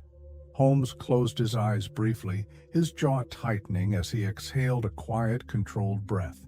When he opened them again, his gaze burned with an intensity that was almost painful to witness. "Yes, Watson, and those who profit from such trade believe their wealth or state power places them beyond reach. That is their first error." He set the falcon back upon its cloth, then leaned back in his chair, steepling his fingers once more beneath his chin. His eyes flickered towards me, and in them I saw not merely anger, but a quiet, immovable resolve, the silent promise of a man who refused to look away, no matter how vast the darkness he faced. We sat there together as the hours slipped by, listening to the rain wash down Baker Street in a quiet, unending hymn of grief and hidden resolve. The Falcon rested between us, glittering softly in the lamplight, a silent testament to lives sold in shadows and to the thin, fragile line between horror endured in silence and justice, demanded by those still brave enough to speak. Night fell in its quiet certainty, wrapping Baker Street in a deep, unbroken darkness, punctuated only by the soft, yellow glow of street lamps along the rain-slicked pavement. Holmes had not moved from his chair for hours. The silver falcon remained before him on the folded cloth, its diamonds catching the flicker of the oil lamp and casting restless points of light across the ceiling like silent, watchful stars. I sat nearby in the armchair, my medical journal closed upon my lap, its pages unread. The steady rhythm of rain upon the windows blended with the ticking of the mantel clock and the faint hiss of burning coal in the hearth, creating a quiet symphony of nighttime London that filled the silence between us. Holmes reached into his inner coat pocket and withdrew the thin, oilskin-wrapped booklet we had found aboard Sarina's Light. Its dark cover was worn smooth from hurried handling, its pages covered in symbols, slashes, and dots. A cipher scrawled in desperate haste, carrying secrets no man had spoken before death overtook him. He spread his notebooks and reference texts across the desk in neat, disciplined order. The collected works of various linguistic scholars lay stacked beside annotated Russian naval codes and merchant cipher registers he had acquired over years of investigations into Eastern shipping intrigues. His fingers moved quickly but precisely, flipping pages, matching symbols, jotting down quick notations in his sharp, slanted script. Hours passed. The fire burned low in the grate, casting a deep orange glow across the worn carpet. Holmes worked without pause, eyes moving from cipher page to dictionary to his own decoding notes in a fluid, tireless rhythm. A thin sheen of sweat formed upon his brow despite the chill creeping into the room, his hair falling forward over his eyes as he bent closer to the dim lamplight. His breathing remained calm and steady, each exhalation silent, as he turned symbols into letters, letters into partial words into hesitant phrases. I watched in quiet respect, knowing better than to interrupt. Each time he paused, it was only to turn the falcon gently in his left hand, examining the marks beneath each stone, confirming links between engraved characters and symbols in the booklet. His world had narrowed to a single silent purpose, and I saw in his eyes the depth of a mind wholly immersed in its own relentless logic. Dawn began to press against the edge of the night sky, washing the windows in a pale gray glow that outlined the curtain hems with the faintest light. Holmes sat back at last, exhaling a long, silent breath. His shoulders were tense with exhaustion, yet his eyes burned bright with the quiet fire of conclusion reached. He wiped a sleeve across his damp brow, then leaned forward again, fingertips brushing lightly over the final page of the decoded diary, as though he were touching the whispered confession of a dying man. "Page by page, Watson," he said softly, voice hoarse from long silence. Page by page, it revealed itself. No treasure manifest, no cargo of gold or weapons, only a list of lives bought and sold, and the coded ledger of a darkness we are only beginning to comprehend. I rose and poured him fresh tea, placing it upon the table beside his scattered papers. He accepted it with a nod of quiet gratitude, though his eyes never left the final translated lines before him. Outside, the city began to stir into its quiet morning routines. Milk carts rattled along the damp streets, and newsboys called headlines to an indifferent dawn. Within our rooms, the shadows still lingered thick despite the creeping light, filled with the silent gravity of the truth Holmes had uncovered in a single unbroken night of decoding secrets written in fear. Holmes sat unmoving for several minutes. After setting down his teacup, his gaze locked upon the final page of his decoded notes. The pale light of dawn filtered through the curtains, illuminating the weary lines etched across his brow from hours of unbroken focus. His eyes, however, remained sharp and alive with the fierce certainty that always appeared in him at the moment of truth's arrival.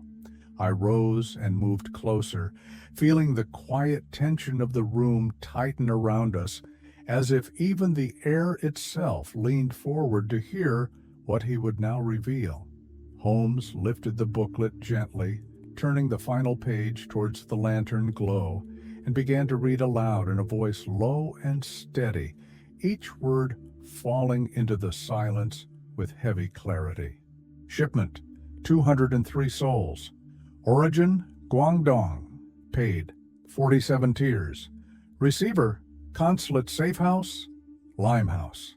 For a moment, there was only quiet. The crackle of the coal fire faded to an echo behind the weight of those words. I felt my chest tighten painfully, the finality of what I had heard settling through me like cold iron sinking into water. 203 souls, I repeated softly, almost to myself. Men and women, bought and shipped as if they were tools. And 47 tiers. What does it mean, Holmes?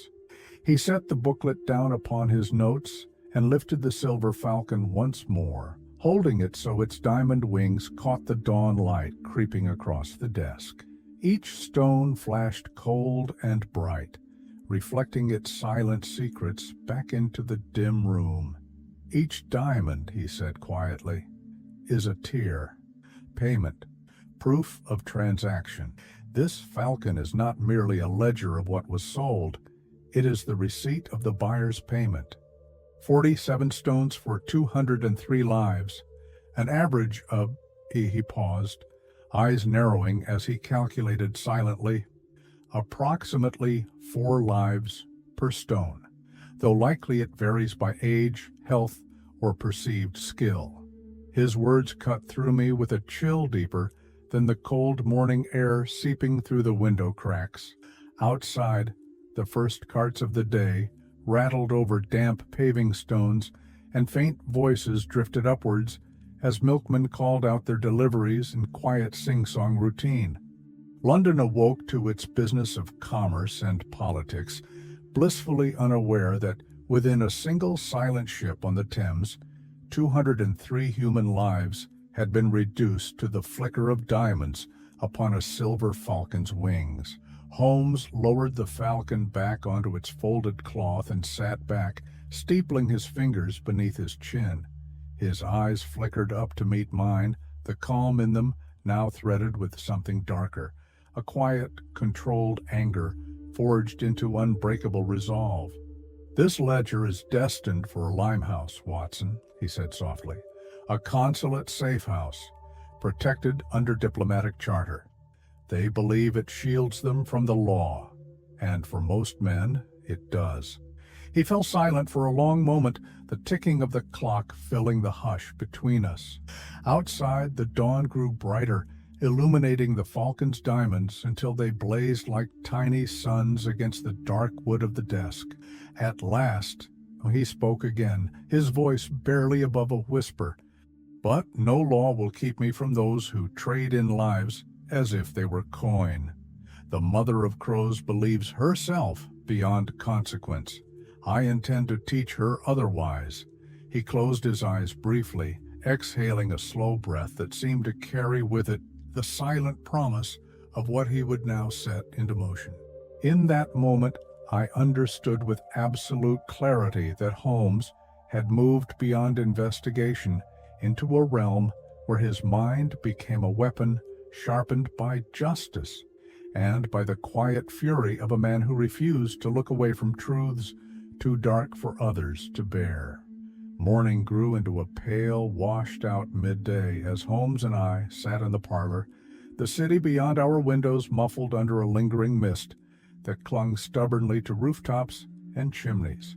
The coal fire burned low, casting long orange shadows across the patterned carpet and up along the bookshelves lined with medical texts, criminal reports, and Holmes's countless journals bound in rough, dark leather.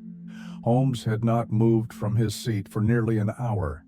He remained perfectly still, fingertips pressed together before his mouth, eyes half closed as he sat angled towards the window. Yet I knew his mind was not idle. Beneath that mask of quiet repose, his thoughts turned in tireless succession, testing possibilities, discarding lesser routes, and weaving new conclusions from every silent clue collected across the fog-bound journey of Serena's light. I rose to refresh the teapot on the sideboard, listening to the city sounds drifting up from Baker Street below, the clip of horses' hooves upon damp paving stones, the quiet shout of a newsboy hawking the midday edition, the rattle of a delivery cart stopping further along the terrace. Life moved on in its ordinary rhythms, unaware of the darkness Holmes had uncovered, hidden within a single falcon's silver wings. At last he spoke, his voice emerging calm, yet edged with the cold certainty of decision formed. "Watson," he said softly, "bring the city directory here." I set down the teapot and retrieved the thick, leather-bound volume from his bookshelf. Holmes opened it with swift precision, his long fingers flipping pages to the section marked "Under Consulates." His gaze traced each entry with quiet focus until it settled upon one line halfway down the column. Russian Imperial Consulate, a Limehouse, dockside offices adjacent to Canton Street, registered under diplomatic protection with secured warehouse holdings on Ropemakers Fields and side alleys leading into Pennyfields. He closed the directory gently, laying his palm atop the cover. His eyes lifted to mine, gray and sharp under the fading lamplight. "Limehouse, Watson," he said, his voice low and steady.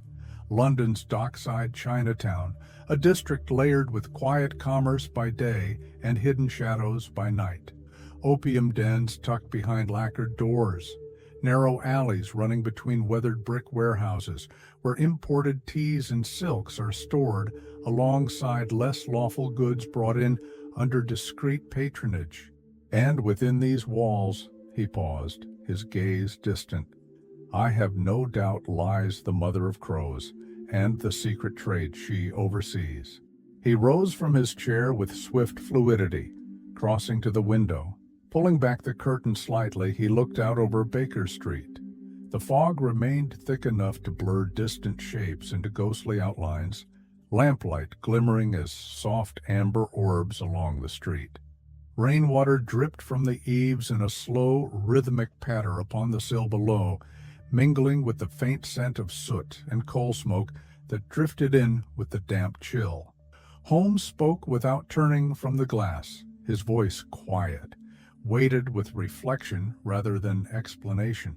"For years I have heard whispers of Limehouse shadows, missing dock workers, silent arrivals of coastal steamers under foreign flags, deliveries routed through consular safe-houses immune from warrant or inspection. The Empire tolerates such arrangements so long as the wealth flows in orderly channels." He paused, exhaling softly. "And within those hidden places, men and women vanish without record. Debts are repaid in lives, and the power of nations is bartered upon the suffering of the powerless." He turned from the window then, and I saw in his expression not only resolve, but a cold, silent anger rarely allowed to surface within his disciplined composure. He moved back to his desk and lifted the falcon, studying its diamonds under the shifting gray light. "This is their record, Watson. Each stone a mark against a conscience they do not possess. Each mark a testament to what money buys when nations decide silence is easier than truth." He set the falcon down carefully, its diamonds catching the pale light and scattering it across his dark wool coat in fleeting shards of brightness that vanished as quickly as they appeared. He remained standing, tall and motionless, his silhouette cast in long shadows by the dying embers of the fire. "You see, Watson," he said softly, "the consulate is their fortress. Their flag shields them from the law. No constable may enter without sparking diplomatic conflict.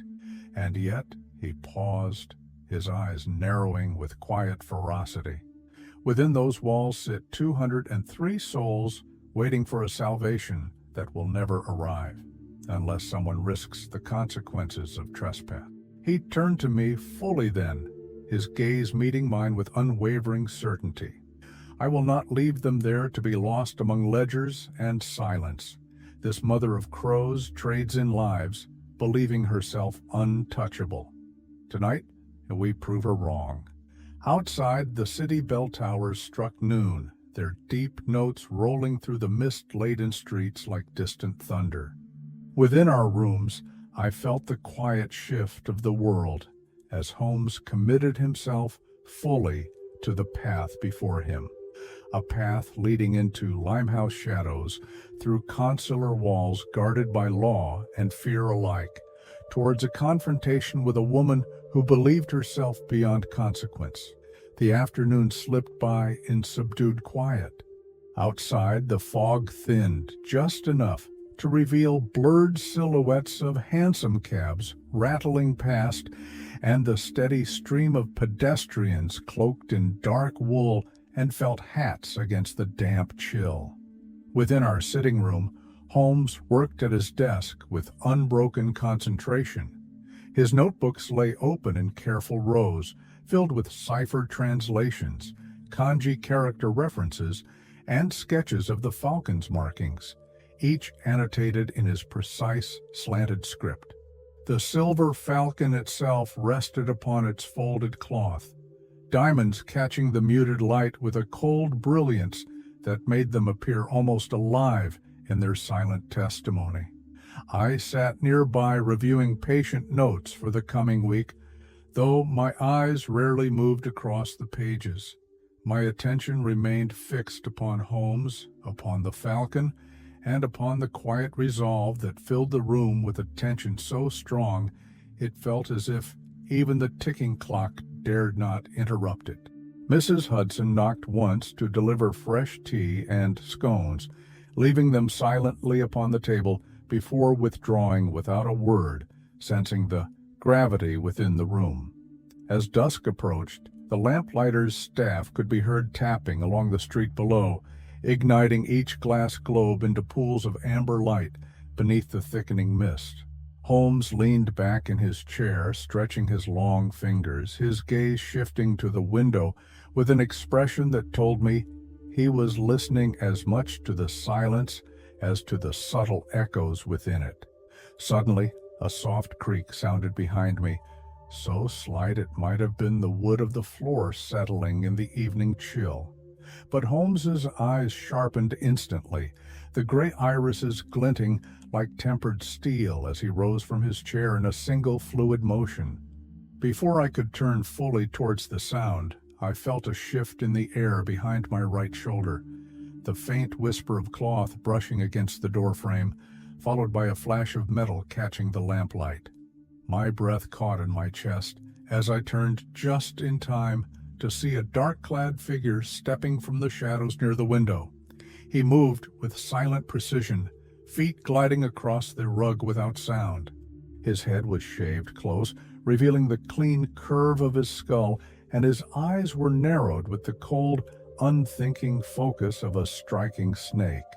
In his right hand gleamed a slender blade, its sharpened edge reflecting the trembling lamplight in a long, thin line of steel. He raised the blade towards my throat with lethal swiftness, only to freeze mid-step as the quiet click of Holmes's revolver echoed through the room. The assassin's head turned slightly, just enough to see the black barrel pressed firmly against his left temple. Holmes's long arm extended without tremor, his eyes narrowed with deadly calm. I could see the assassin's chest rise and fall in rapid, shallow breaths. His grip upon the blade remained tight, his body coiled and ready to strike, despite the gun trained upon him. Holmes spoke softly, his voice so even it carried more threat than a shouted command. "Set it down." For a moment, the assassin's eyes flickered with calculation. Then, with slow, deliberate movements, he lowered the blade to the carpet, the tip touching down silently. Holmes pressed the revolver more firmly against his skull, forcing him to straighten upright, his arms rigid at his sides. With his free hand, Holmes retrieved a length of cord from his desk drawer and tossed it to me. "Tie his wrists, Watson, tightly." I moved with quick precision, adrenaline sharpening each movement. As I pulled the cord taut around the man's thin wrists, I could feel the wiry strength beneath his dark tunic. He smelled of damp earth, sweat, and the faint, acrid tang of opium smoke embedded within old cloth. His eyes remained locked on Holmes, unblinking, his expression unreadable behind the thin veil of calm acceptance that cloaked him even now. Holmes removed the revolver from the assassin's temple and stepped back, his gaze raking over the man with quiet intensity. For a moment, the only sounds in the room were the ticking of the clock, the faint crackle of the fire, and the low hush of the city outside settling into its fog-bound night. "A consular assassin," Holmes said softly, his voice edged with cold certainty. "Sent not to threaten, but to silence. Proof, Watson, that we are closer to the mother of crows than she would ever allow." The assassin remained silent, his head bowed slightly forward, the lamplight casting shadows across his impassive face. I rose and stood beside Holmes, feeling the tension in the room tighten like a drawn wire as the quiet truth of this visit settled around us. "She has sent her blade," Holmes said, lowering his revolver but keeping it ready at his side. "Now we will send her a message in return." Outside, the street lamps glowed softly through the drifting mist, illuminating Baker Street in a dim, golden hush. Within our rooms, the falcon lay upon its folded cloth, diamonds glittering cold and bright beside the silent assassin kneeling on the carpet, a dark herald of the battle now fully joined. Holmes stepped back from the kneeling assassin, his revolver held lightly at his side, though his eyes never left the man's bowed head. The silence within our sitting room pressed in close around us, filled only by the muted crackle of coal burning in the grate and the distant clatter of a hansom cab moving down Baker Street outside. I could hear my own breath, quick and shallow, as the reality of what had just occurred settled into my chest with a cold finality. Holmes moved to stand directly before the assassin. His shadow fell across the man's face, darkening the impassive expression beneath the dim lamplight. Slowly, Holmes crouched down to meet his gaze at eye level, his knees creaking softly against the carpet. The assassin's eyes lifted just enough to meet his, and I saw then the flicker of thought hidden behind their dark, unblinking surface. They were not vacant eyes. They were eyes that measured and judged even now, calculating chances, escape routes, and final desperate strikes. Holmes spoke softly, his voice low and calm, each word a quiet blade cutting through the tension. "You were sent here to kill me," he said, "to kill us both, perhaps, and retrieve what your masters have lost. Tell me who gave the order." The assassin remained silent, his face as still as carved stone. Only the faintest movement of his chest revealed life within him, each breath controlled, steady, and deliberate, as though his entire being was trained to reveal nothing beyond obedience to his command. Holmes studied him for a long moment, eyes narrowed, head tilting slightly to the left. In that small gesture I recognized from countless interrogations. It was not an expression of impatience, but of analysis, a man watching a puzzle turn itself in quiet defiance before revealing its hidden mechanism. At last Holmes rose, sliding his revolver back into his coat pocket with practiced ease. He turned to me, his expression tightening into grim resolve. "Watson, retrieve the yard. We will hand him to Lestrade with a full account of tonight's events. A consular assassin operating under diplomatic cover is no small matter. This will shake the Home Office into brief awareness, even if it frightens them back into silence by dawn." I moved quickly to the door, pausing to glance back at the assassin kneeling beneath the lamplight, his head bowed once more, bound wrists resting loosely in his lap. He made no sound, offered no struggle, and gave no sign of fear. He sat in quiet stillness, his shadow cast long and thin across the carpet by the flickering glow of the fire behind him. By the time Lestrade arrived with 2-yard constables, the assassin remained where we had left him, unmoved by the passing hours. Lestrade stepped into the room with a jolt of tension that betrayed his attempt at calm authority. His eyes widened at the sight of the dark-clad figure kneeling silently beneath the window, the silver falcon glittering coldly upon the desk beside him. Holmes spoke before Lestrade could utter a word. His voice carried the clipped clarity of command, each syllable falling into the room like a hammer striking an iron forge. A consular assassin, inspector, sent to silence inquiry into the Tsarina's light. Arrest him for attempted murder, conspiracy to obstruct a police investigation, and breach of peace under foreign directive. Ensure he is placed in a cell under constant guard, though I warn you, his tongue will remain silent until compelled by his master's command." Lestrade nodded, swallowing hard as he gestured to the constables. They moved forward swiftly, each taking hold of the prisoner's arms. The assassin rose without resistance, his bound wrists still resting before him, his eyes lowered in quiet resignation. As they led him towards the door, he turned his head slightly, casting one final glance at Holmes. It was only a flicker, no words, no change of expression. But within that brief moment passed an unspoken understanding between hunter and hunted, a silent promise that this was merely the first skirmish in a deeper war yet to come. After they had gone, the room felt colder, emptier, and steeped in a quiet dread. Holmes moved to the window, drawing back the thin curtains to stare out into the fog-bound night. His reflection merged with the lamplight on the glass, creating a ghostly silhouette of a man standing upon the threshold between shadow and truth. He spoke softly, almost to himself, though his words reached me where I stood. "Proof that we are close, Watson.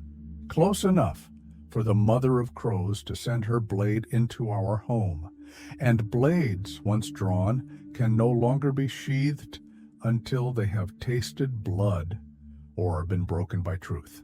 Outside, Baker Street lay quiet under the deep dark of approaching midnight, gas lamps glowing like watchful sentinels in the drifting mist.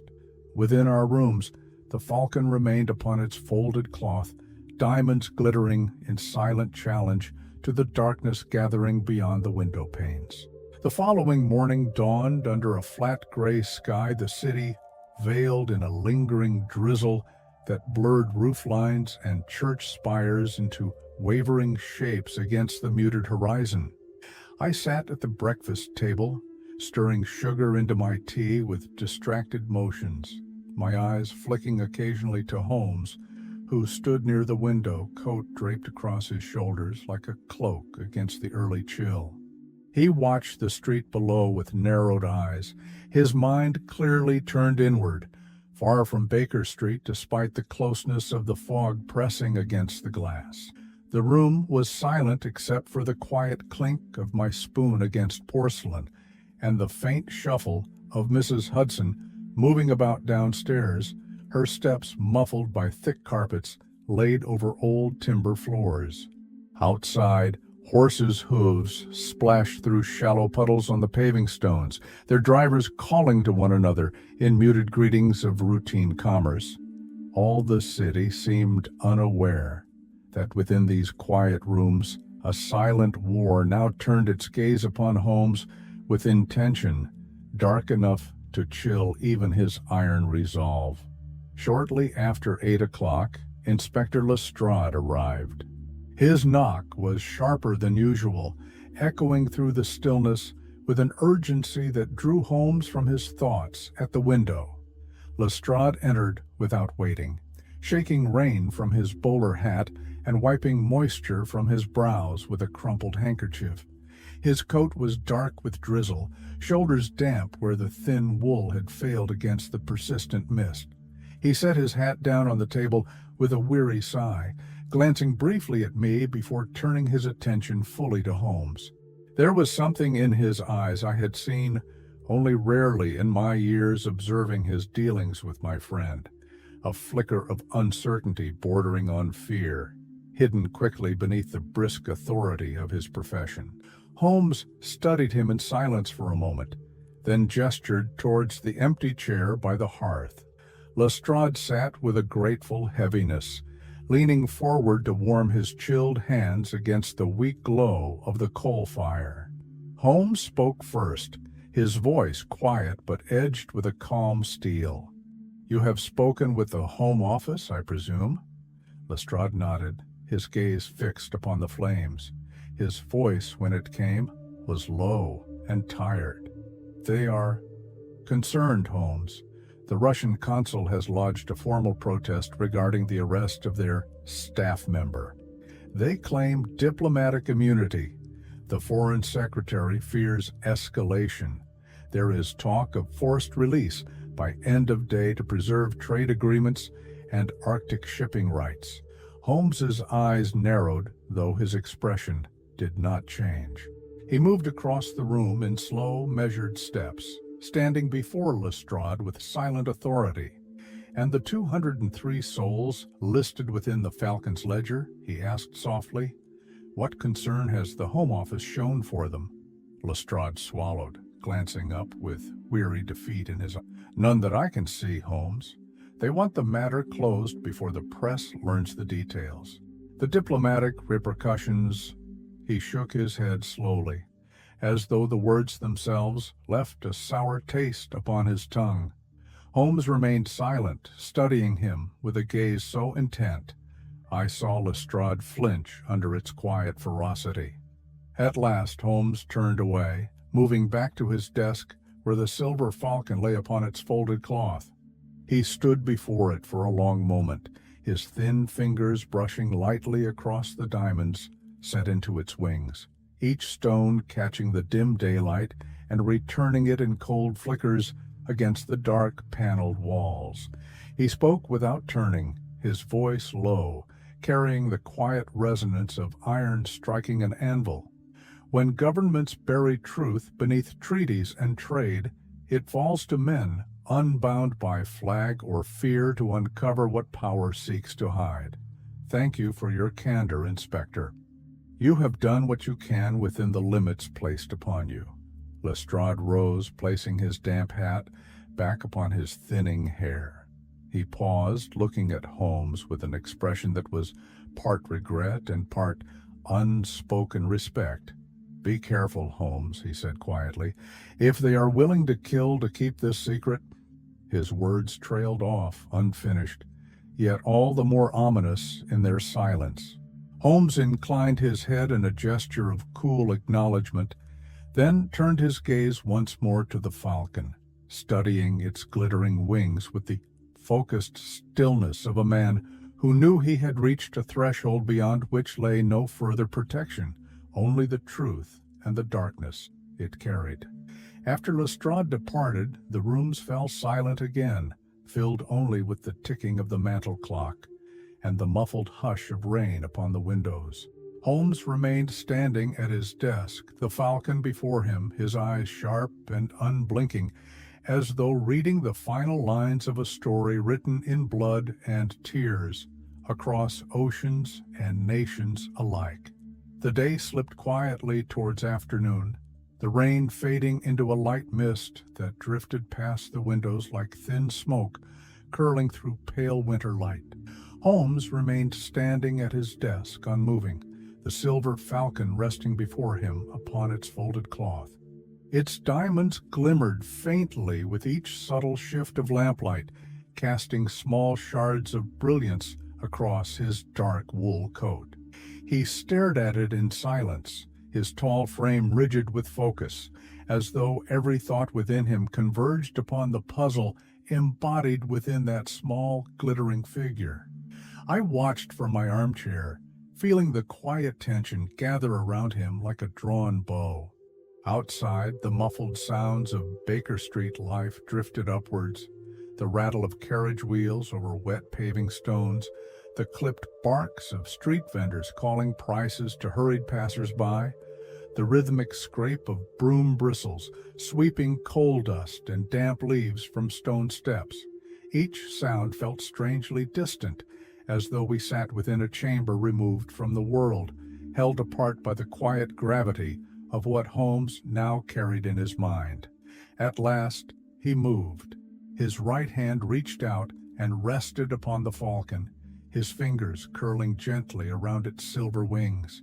For a moment he stood perfectly still, eyes closed, breathing slow and steady, as if feeling the weight of every life bound within the cold brilliance of its diamonds. Then he spoke, his voice emerging low and calm, each word deliberate, carrying a quiet force that seemed to still the very air within the room. "Watson," he said, "gather your revolver and a fresh box of cartridges. We will be leaving within the hour." I felt my chest tighten, though I rose without question, retrieving the Webley revolver from the locked case in my desk drawer. As I checked the cylinder and oiled the hinge, I glanced towards Holmes, watching him as he carefully placed the falcon back into his leather satchel and closed the brass clasp with precise finality. He moved to the coat stand and pulled on his long, dark overcoat, the wool falling in clean lines down to his polished boots. He adjusted the collar high around his throat, then reached for his dark felt hat and settled it firmly upon his head, casting his sharp features into shadow beneath its brim. Holmes turned to face me, and in that moment I saw fully the resolve burning within his gray eyes. It was not the restless spark of curiosity that often animated his gaze, nor the quicksilver excitement of an unsolved cipher revealed at last. This was something deeper, darker, forged in a quiet fury that I had only seen in him on rare occasions when the suffering of the innocent demanded from him a price he would willingly pay. "We are going to Limehouse, Watson," he said, his voice low and even, carrying a quiet finality. "Tonight, before the Home Office buries this beneath treaties and silence, before the mother of crows can erase the ledger we hold in our hands." He turned towards the window, pulling aside the thin lace curtain to peer down at the street below. The mist drifted past in pale, curling ribbons, blurring the shapes of hansom cabs rattling by and pedestrians hunched beneath umbrellas against the damp chill of late autumn. For a moment Holmes stood watching, his silhouette tall and still against the dim afternoon light. Then he let the curtain fall back into place and turned towards me with that faint, fleeting curve of his mouth that spoke of the quiet acceptance of danger chosen freely. "Justice," he said softly, "is a word they will never speak in those halls, but tonight we will remind them of its meaning." He picked up his satchel and strode towards the door, his boots silent upon the worn carpet. I followed, slipping my revolver into the inner pocket of my greatcoat, feeling the heavy chill of the metal settle against my ribs, like a quiet promise of what the hours ahead might demand. As we stepped out into the mist-bound afternoon, the door closed softly behind us, leaving our rooms empty and silent, save for the ticking clock and the quiet echo of two men walking willingly into the shadowed heart of Limehouse, towards a confrontation from which neither power nor darkness would emerge unchanged. Night fell over London with silent certainty, bringing with it a damp chill that seeped through wool coats and numbed fingers even within thick gloves. Fog rolled in from the Thames, heavy and low, drifting down narrow alleys and curling around lampposts until their dim amber glow became small islands of light adrift upon a dark, swirling sea. Holmes and I walked along the slick cobbled streets of Limehouse, our footsteps quiet upon stone darkened with mist. The district lay before us in layered shadows, a labyrinth of narrow lanes lined with warehouses, tea merchants, dry docks, and Chinese import offices with red lacquered doors closed tightly against the night. Lanterns burned softly behind frosted windows, casting pale golden light that illuminated drifting coils of fog in shifting, ghostly forms. From somewhere further down Canton Street came the muted clang of ship bells and the rhythmic creak of mooring lines strained against the rising tide. We moved with silent purpose. Holmes walked slightly ahead, his coat swirling around his boots, the brim of his felt hat casting his eyes into shadow. His right hand rested lightly within his coat pocket, where the falcon lay hidden in its satchel, a silent ledger of lives bought and sold, each diamond carrying a name unseen by any law but the law of money and quiet death. At last, we reached a narrow alley running behind a row of dockside tea warehouses. Here the fog thickened until only the dim glow of distant street lamps filtered through in blurred, trembling circles of gold. The alley smelled of damp earth, river brine, rotting hemp rope, and the faint sharp sweetness of tea leaves spilled from broken crates stacked carelessly along the walls. Water dripped steadily from rusted drain pipes overhead, each drop falling into shallow puddles that reflected the hazy glow of gas lamps flickering beyond the alley mouth. Holmes paused before a large brick warehouse. Its tall iron doors were closed and padlocked with heavy chains, though light glowed faintly around the seams where wood met stone. A sign above the loading entrance read, "Wu and Chang Shipping Consortium" in peeling gold letters, beneath which smaller characters in Chinese script caught the lamplight. Holmes crouched to examine the lock, his gloved fingers tracing along the rust-streaked metal with delicate precision. He looked up at me, his eyes sharp beneath the shadow of his hat. "The Home Office will not sanction entry, Watson, but this," he gestured towards the warehouse with a subtle tilt of his head, "is no longer under the protection of law, only of fear. And fear, like darkness, disperses when one carries a light strong enough to reveal it." From within came muffled sounds, the faint scrape of wooden crates against stone, a soft cough, and then silence once more. Holmes reached into his coat and withdrew a slender iron pick, slipping it into the lock with swift, practiced movements. Within moments the padlock clicked open, its heavy iron weight falling into his palm with a quiet finality. He pushed the door open just enough to slip inside, and I followed, my revolver heavy in my coat pocket, its presence a silent reassurance against the rising dread that gripped my chest. The air within was cooler than outside, filled with the scent of dried tea, burlap, machine oil, and the damp mineral tang of stone walls that had known a century of tide-soaked fog.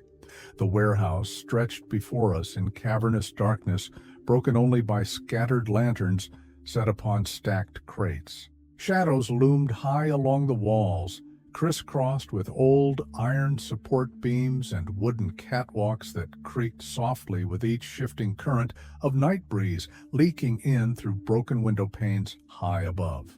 Holmes raised his lantern, its glow sweeping across the floorboards and illuminating row upon row of crates marked with Chinese and Cyrillic stencils: tea, silk, rice, coal tar. Each stack towered in silent witness to the trade that passed daily through Limehouse under the watchful eyes of customs inspectors who never looked closely enough.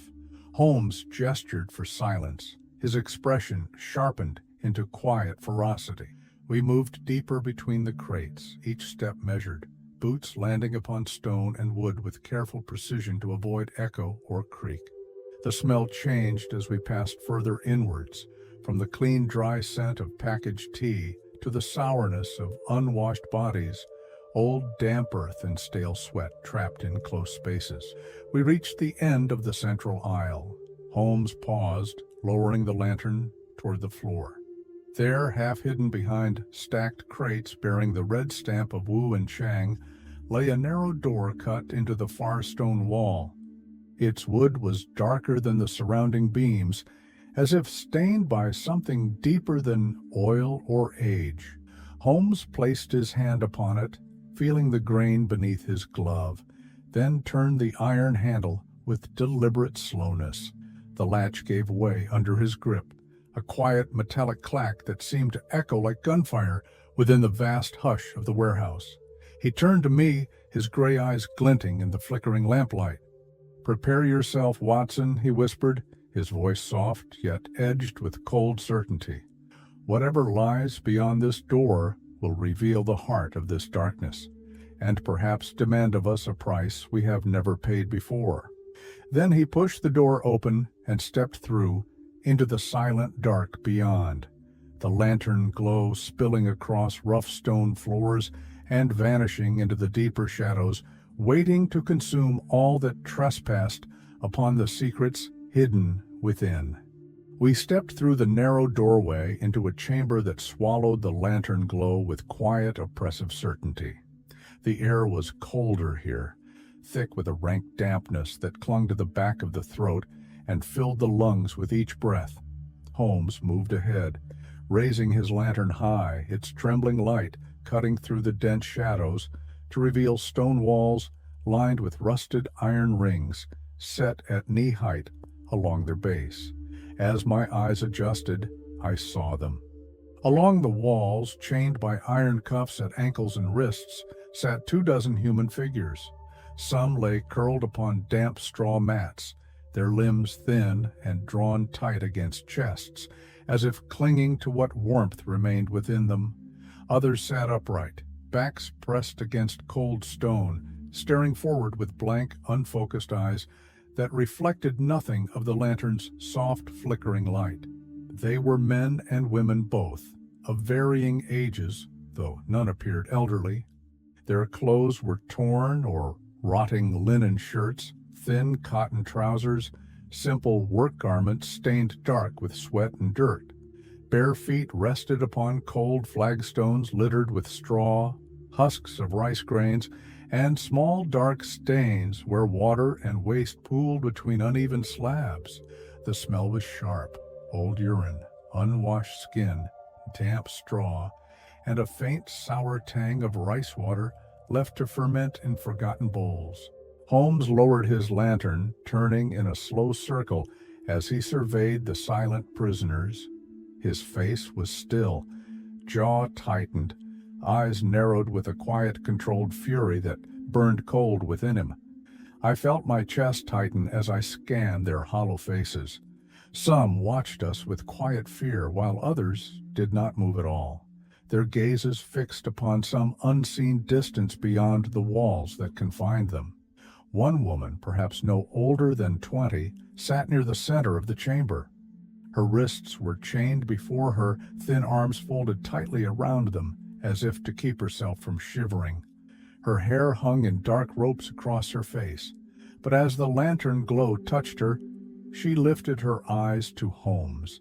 They were dark and deep-set, rimmed with the shadows of sleeplessness and silent despair, yet within them flickered a small glint of recognition, not of him, but of what his presence meant, that someone had finally come. Holmes crouched before her, setting the lantern down so its light rose gently to illuminate her features. He spoke softly, his voice pitched low and calm, words falling upon the silent chamber like a distant memory of safety. "Do you speak English, Mandarin, Russian?" For a long moment she did not answer. Her gaze drifted towards the flickering light, and her lips parted slightly, as if remembering how to shape words. Then, in a voice so faint I had to lean forward to hear, she spoke in Cantonese, her words trembling with exhaustion. "Where will you take us?" Holmes's expression did not change, but his eyes darkened with quiet understanding. He nodded once, then stood and turned to survey the rest of the prisoners. Along the far wall, an older man sat slumped forward, his arms resting heavily upon his knees, wrists shackled to the iron ring below him. His face was lined with deep creases of hard labor and grief, his graying hair hanging in damp clumps around his temples. At Holmes's approach, he raised his eyes with the slow caution of a man who has learned never to hope quickly. Holmes spoke to him in quiet Cantonese, the words slipping from his lips with practiced ease. I had known my friend to study languages for months at a time, merely to understand a single suspect or witness. The man listened, then nodded, his shoulders trembling as silent tears welled in his eyes and fell along the deep lines etched into his cheeks. Holmes turned to me, his voice low and tight with quiet rage. "They are laborers taken from Guangdong, promised contracts in Cuba, California, and Brazil, sold instead into hidden slavery across the Pacific under the protection of diplomatic charters that mask their trade as indenture. Here they await transport to inland mines, factories, or plantations." He paused, exhaling slowly, his eyes flickering towards the chained figures with unspoken resolve. "And no one ever looks for them, Watson. No one ever comes."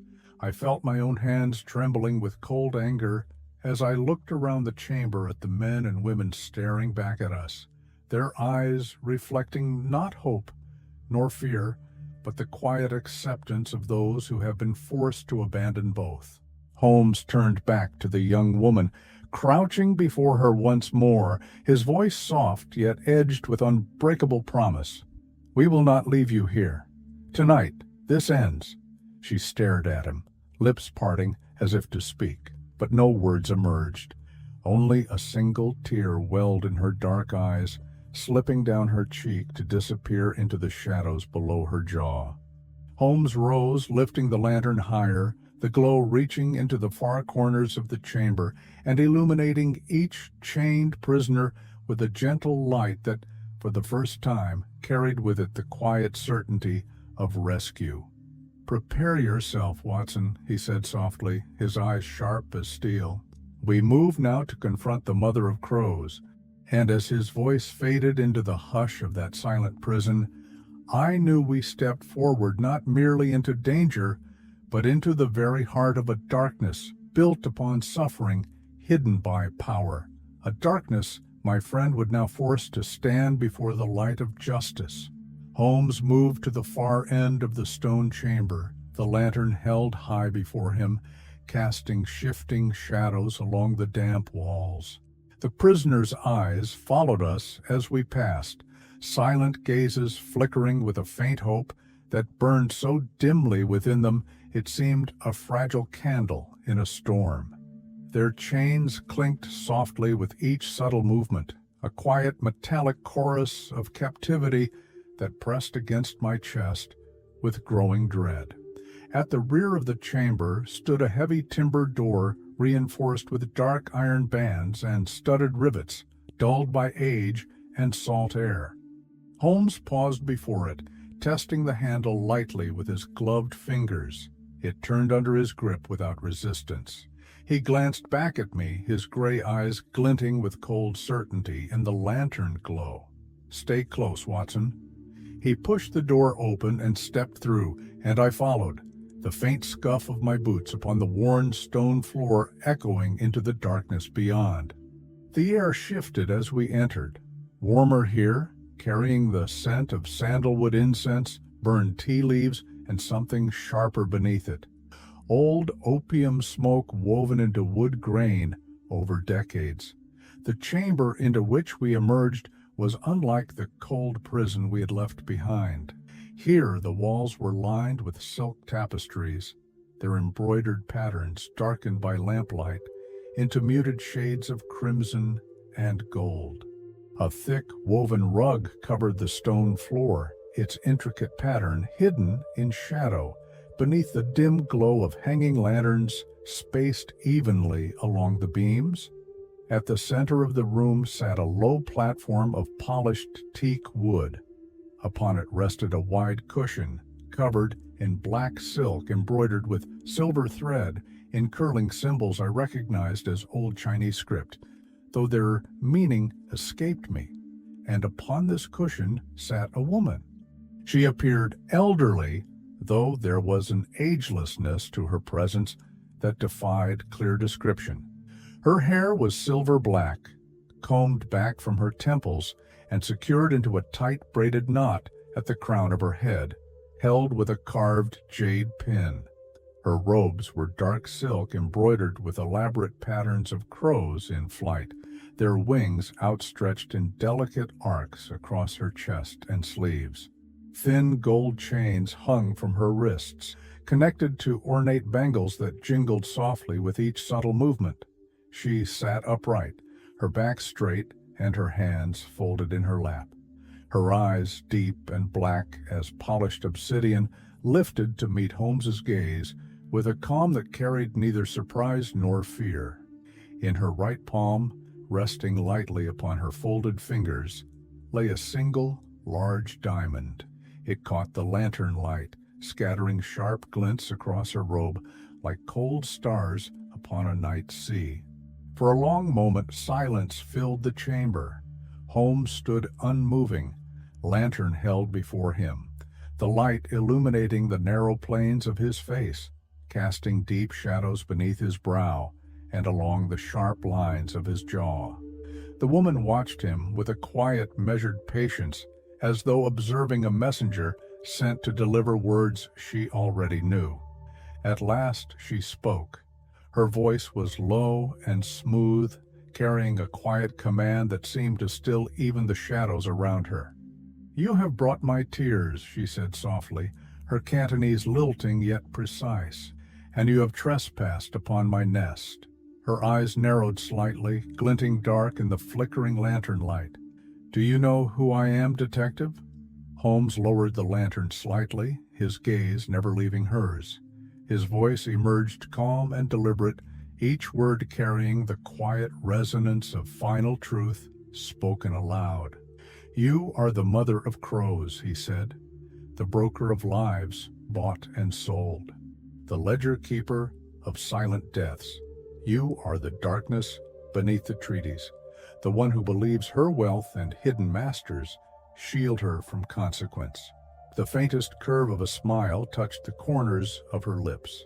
It was not a smile of amusement, nor of courtesy, but of quiet understanding, as if she recognized within Holmes a mind that mirrored her own in its relentless clarity, though turned to a different end.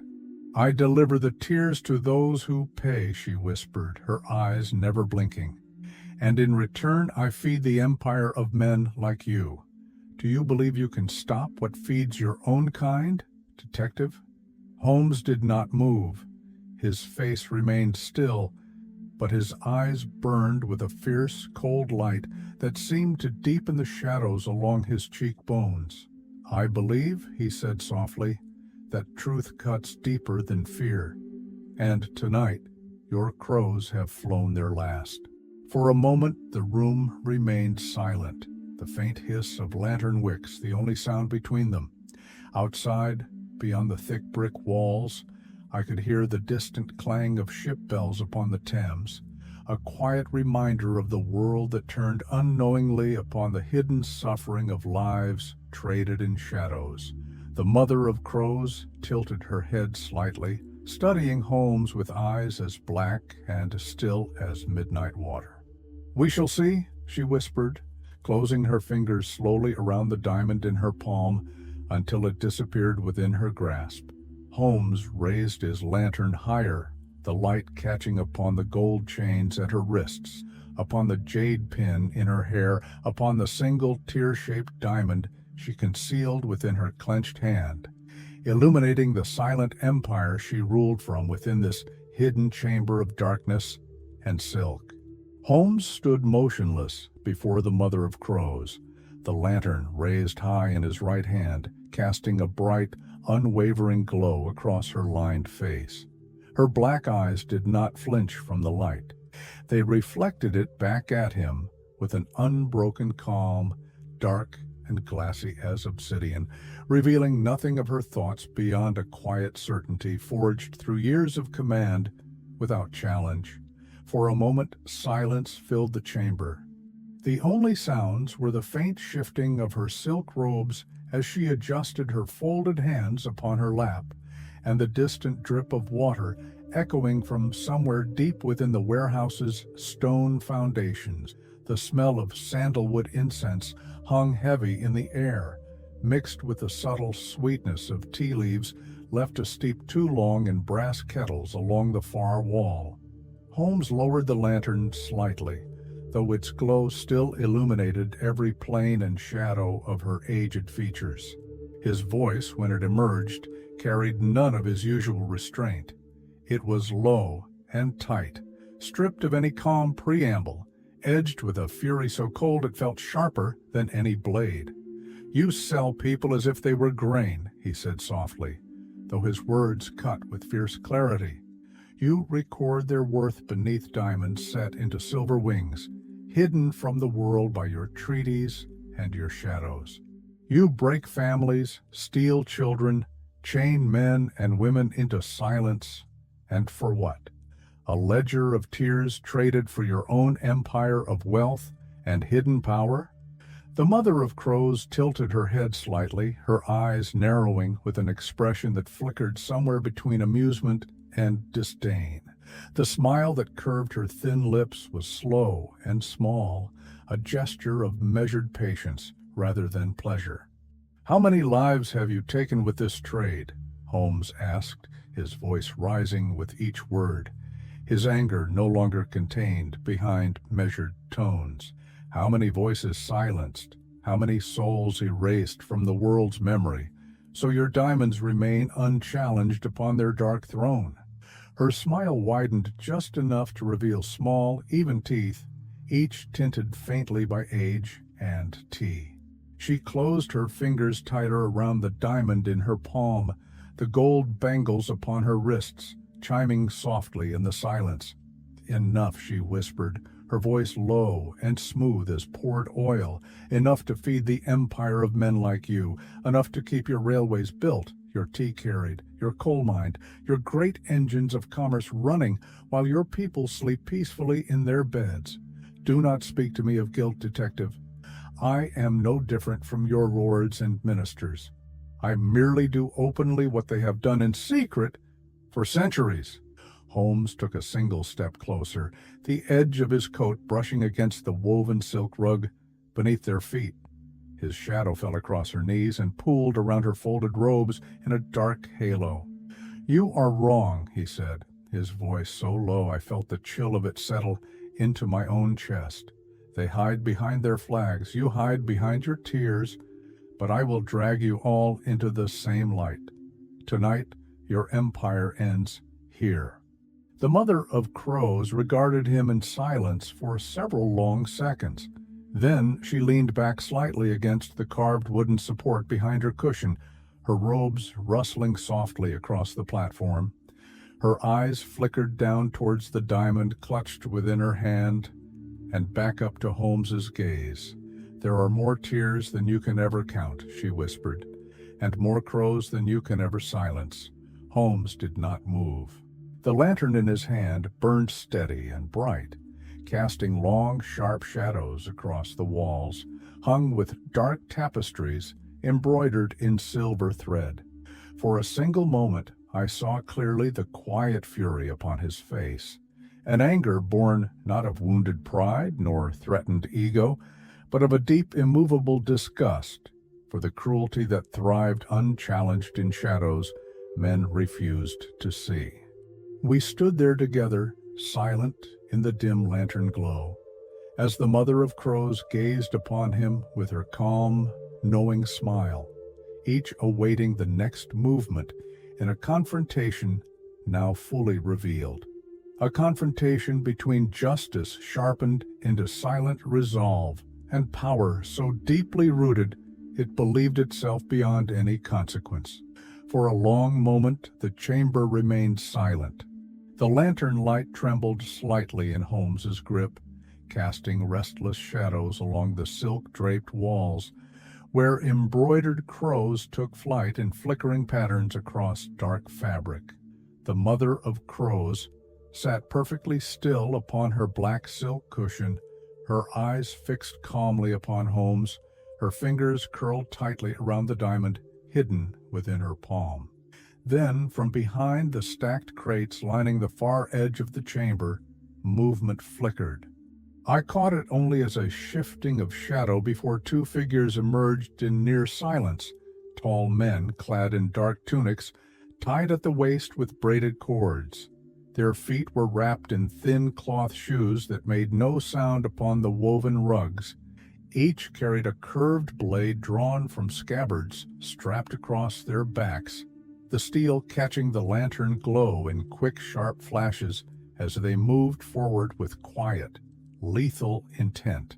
Holmes turned just as the first guard lunged towards him, blade raised for a clean upward strike meant to sever his arm before slicing across his chest. But Holmes reacted with the precision of instinct honed through a lifetime of facing danger unannounced. He shifted sideways, the blade singing past his ribs by mere inches, and struck the man's wrist with the edge of his lantern. The lantern's glass shattered upon impact, spraying hot oil and shards across the guard's tunic. A sharp cry escaped his lips as he stumbled back, dropping the blade to grasp at his burning chest. The second guard was upon me before I could draw my revolver. His blade arced towards my head, but I ducked, feeling the whistle of steel slice the damp air above my scalp. I thrust my shoulder into his chest, forcing him back a step, and drew my revolver in a swift, practiced motion. The guard swung again, blade clashing against the revolver barrel as I raised it in defense. Pain shot up my wrist from the impact, but I turned the weapon and brought the butt down hard upon his jaw. The crack of bone echoed through the chamber as his head snapped sideways, blood spraying across his tunic in a fine mist before he collapsed to his knees, the blade slipping from his fingers to clatter upon the stone floor. I stepped back, chest heaving, the revolver trembling faintly in my grip as adrenaline roared through my veins. Holmes, meanwhile, had tackled the first guard to the ground. Even as the man struggled, coughing from the burning oil seeping through his tunic, Holmes twisted the blade from his grip and flung it across the room, where it embedded itself with a solid thud into one of the timber support beams. He rolled away just as the guard's elbow struck towards his face, and in a single fluid motion, Holmes drove his knee into the man's stomach, knocking the breath from his lungs. The guard collapsed with a choking gasp, his eyes rolling back as unconsciousness claimed him. Silence fell again, broken only by the ragged sound of our breathing and the faint hiss of oil burning itself out upon the stone floor. The mother of crows remained upon her cushion, unmoved, watching with her dark, unblinking gaze as if she had merely witnessed the overturning of a teacup, not the brutal disabling of her protectors. Holmes rose slowly to his feet, his chest rising and falling with exertion, dark hair disheveled where it fell across his brow. He turned to face her, the broken remains of the lantern casting shifting shadows up his coat and along the high arch of his cheekbones. His eyes burned with a cold fury sharpened into quiet triumph. "Your crows are fallen," he said softly. "What empire remains when its wings are broken?" The mother of crows tilted her head slightly, her expression unchanged, lips curving into that same small, knowing smile. "Crows fly in flocks," she whispered, closing her fingers tighter around the diamond in her palm until her knuckles turned white. "And flocks can never be caught all at once." At that moment, behind us, the heavy door slammed open with a thunderous bang. The echo rolled through the chamber like the crack of cannon fire. And into the room stormed uniformed constables, their boots thudding heavily upon the stone floor, pistols and batons drawn, lanterns raised high to flood the space with brilliant light that pushed the shadows back into trembling corners. Lestrade strode forward, his coat flaring behind him, eyes sharp as he took in the scene, the mother of crows seated upon her cushion, her fallen guards unconscious at our feet, Holmes standing tall with his fists clenched in silent readiness, and myself gripping my revolver with both hands, my chest heaving with the last shreds of adrenaline still burning in my blood. Holmes turned to him, his voice calm and edged with quiet satisfaction. "You are just in time, Inspector." Lestrade nodded once, eyes narrowing upon the silent woman seated upon her throne of shadows and silk. He gestured sharply to the constables, and they moved forward in swift, disciplined formation, pistols trained upon her as they spread out to secure the chamber and its captives. Holmes lowered his fists and stepped back, exhaling a long, controlled breath as the quiet roar of his fury faded into cold, resolute calm. Outside, beyond the thick walls of the warehouse, the muffled cries of gulls drifted down from the fog-draped docks, their lonely calls rising into the silent night, now forever changed by what this chamber had revealed. The room filled quickly with constables, their heavy boots echoing across the stone floor, blending with the sharp commands barked in clipped tones as they fanned out to secure the chamber. The golden glow of their lanterns illuminated every corner, chasing shadows from beneath the silk-hung walls and revealing the quiet opulence concealed within this hidden sanctum of trade. The flickering light caught upon the gold bangles adorning the mother of crow's wrists, upon the dark polished jade pin securing her braided hair, upon the single large diamond clenched within her thin curled fingers. Lestrade strode forward, his coat brushing against the embroidered rugs as he approached her. 2 constables flanked him, pistols trained upon her unmoving form. She sat in perfect stillness upon her black silk cushion, her dark eyes lifting slowly to regard him with the calm indifference of one accustomed to power beyond the reach of ordinary men.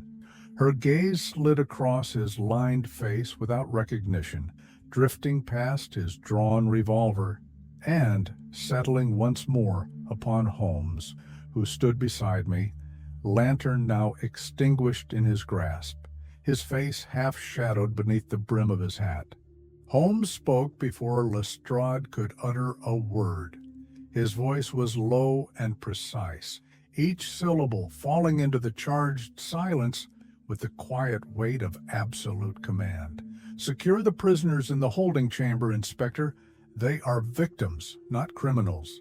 He gestured toward the chained men and women beyond the open doorway behind us, their thin figures now silhouetted in the lantern glow cast by constables flooding the outer chamber. "Cut their shackles and escort them to warmth and medical attention immediately."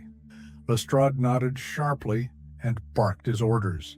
Within moments, constables were moving with controlled urgency, Bolt cutters and iron pry bars brought forth to snap rusted chains from wrists and ankles.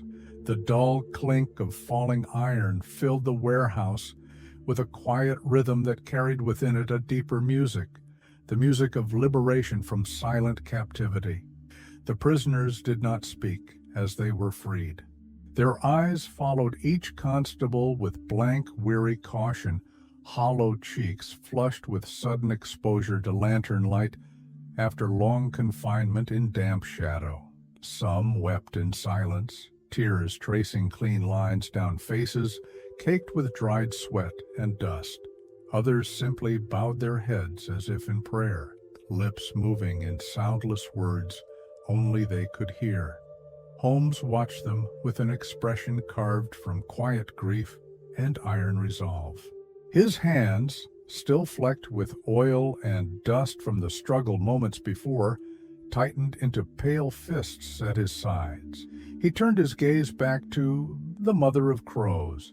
She sat unmoved, her back straight, chin lifted in regal composure, the diamond still clenched within her palm, as though its silent promise alone sustained her defiance. Lestrade stepped forward, revolver lowered, but eyes sharp with disgust and duty. His voice emerged clipped and formal, though beneath it burned a cold fury at what he had witnessed.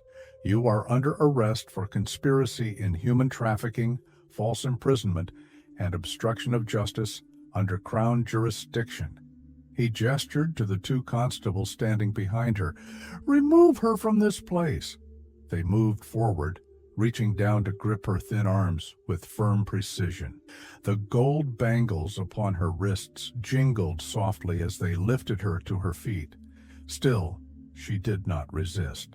Her dark eyes remained fixed upon Holmes, unblinking, silent and knowing.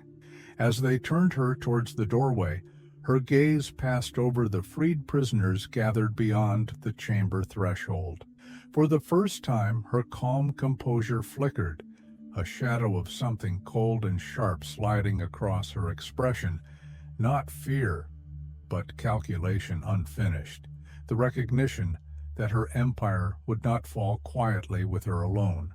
Holmes stepped forward, stopping just beside her as she passed. His voice emerged in a whisper only she could hear, though I stood close enough to catch every word. "The tears are no longer yours to sell," he said softly, "and your crows will scatter before the light of dawn." She tilted her head slightly towards him, lips curving in the faintest echo of her earlier smile. "Crows always return to the carcass, detective," she whispered back. "You will see." Then the constables led her away, her silk robe sweeping soundlessly across the stone floor, the diamond still hidden within her clenched fist as a final, silent vow. Holmes remained standing, lantern in hand, as Lestrade moved off to direct the constables escorting the prisoners into the outer warehouse.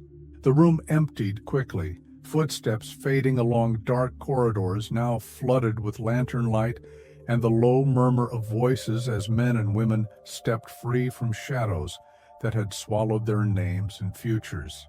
I turned to my friend, seeing the quiet exhaustion that etched fine lines around his eyes and mouth. Yet within his gaze burned an unbroken resolve, the calm certainty of a man who had lifted truth from darkness and would carry it forward no matter what price the dawn demanded in return. Outside, the fog still clung thick around Limehouse streets, glowing softly beneath gas lamps and oil lanterns as the crows of the docks settled into silent roosts along darkened warehouse roofs. And within that hush lay a promise neither darkness nor power could unmake, that justice, once awakened, would walk its path to the end. We returned to Baker Street just before dawn. The journey home through the fog-draped streets passed in silence, the hansom cab rattling steadily over slick cobblestones, lantern swinging gently with each turn. London slept under a heavy gray sky, chimney smoke rising into still, mist-laden air, and mingling with the drifting haze until rooftops vanished into muted clouds above. Holmes sat across from me within the dim cab interior, the silver falcon cradled in his gloved hands. Its diamonds caught what little light filtered through the curtained windows, flickering with a pale brilliance that seemed cold and lifeless now, stripped of whatever false allure it once carried.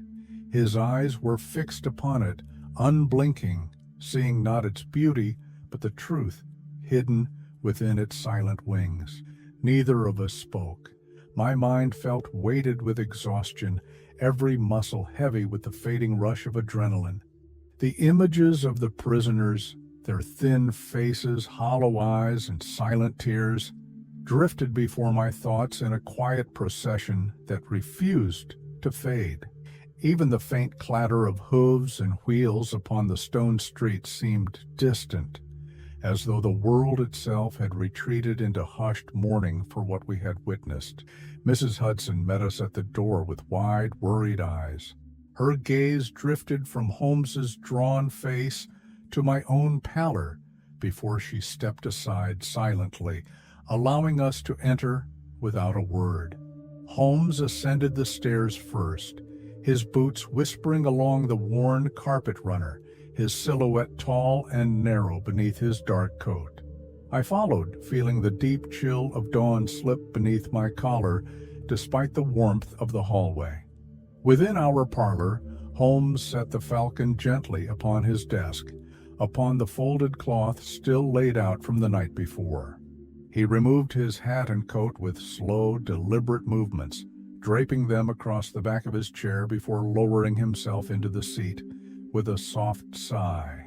For a long time, he did not move. He sat with his elbows resting upon the armrests, fingertips pressed together beneath his chin, eyes fixed upon the falcon, as though seeking to read the final lines of a tragedy written only for him. I removed my own coat, hung it upon the hook near the door, and poured 2 cups of tea, setting one upon the table beside him. The steam rose in thin, curling threads into the dim morning light filtering through the curtains, carrying the faint scent of bergamot and warm porcelain. He did not reach for it. Instead, his gaze remained upon the falcon, the flicker of dawn catching upon its diamonds and casting small, cold lights across his face. At last I spoke, my voice emerging quiet and rough with fatigue. Will there be justice, Holmes? For them? For all who were lost beyond even her reach? Holmes did not look up. His gray eyes remained fixed upon the falcon as he spoke, each word measured, edged with a weary certainty that carried the weight of unspoken grief. Justice, Watson, is rarely what we wish it to be.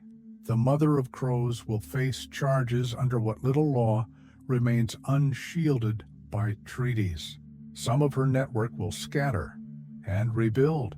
Some will vanish into embassies and consulates, hidden behind flags and languages they believe will protect them. He paused, exhaling softly.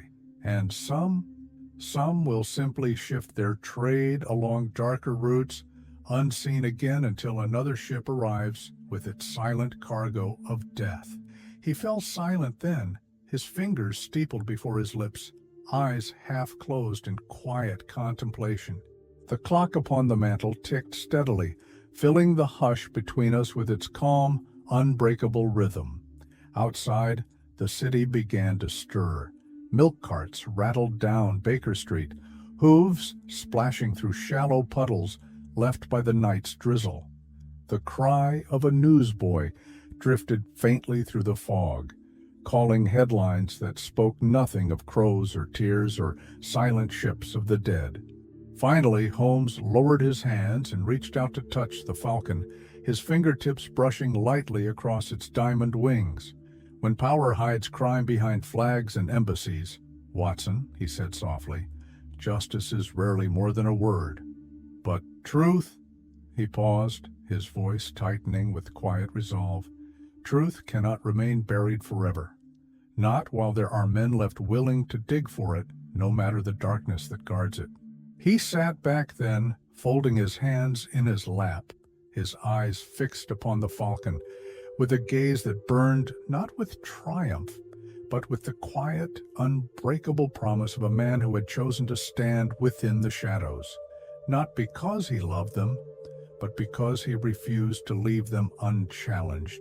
And as dawn finally broke across London, the gray light illuminating the silent diamonds one by one, I realized that though the battle was far from ended, it was enough that night to know there still remained one man willing to walk into darkness carrying nothing but his own unwavering resolve.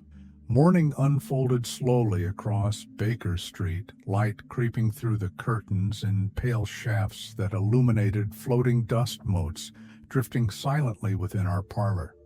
Holmes remained seated at his desk, the silver falcon before him upon its folded cloth, its diamonds glowing cold and bright in the dawn light. He had not moved for nearly an hour, save for the slight rise and fall of his chest with each quiet breath. His eyes were half closed, though I knew he was not resting.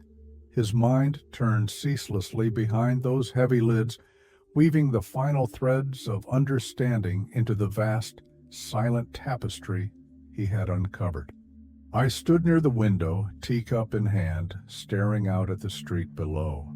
The world moved on in its early routines, milkmen knocking gently upon doors, a postman walking with hunched shoulders through the fading fog, newsboys shouting headlines about parliament votes and cricket results and railway expansions.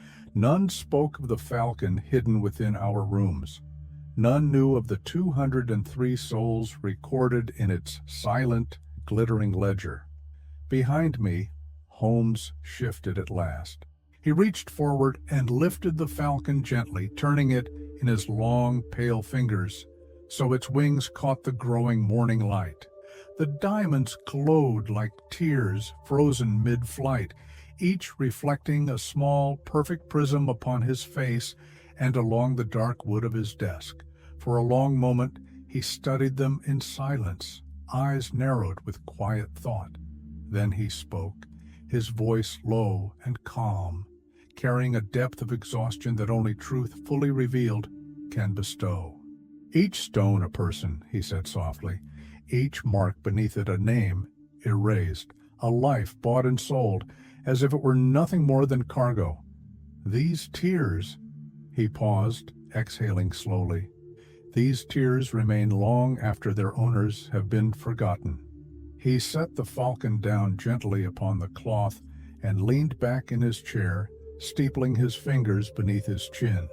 His gaze drifted towards the window, where the pale light now brightened the thin lace curtains, illuminating the bookshelves lined with his chemical texts, cipher studies, and case journals bound in worn leather. "The world will move on, Watson," he murmured. "The papers will report the arrests. The Home Office will bury the deeper truths beneath treaties and closed diplomatic channels. The consulates will replace their agents with new faces, new names. And somewhere, another falcon will be crafted, its wings bearing stones whose brilliance masks the lives they record." He fell silent again, his eyes unfocused, as though he saw not the books and quiet room around him, but the distant docks of Limehouse, the shadows beneath the Russian consulate walls, the damp bunks of Tsarina's Light, where silent corpses lay with lips tinged blue by hidden poisons. Finally, he turned his gaze fully upon me, and within it burned a weary, unbroken resolve that I knew would never fade, so long as breath remained within him. "But they will not remain hidden forever," he said quietly.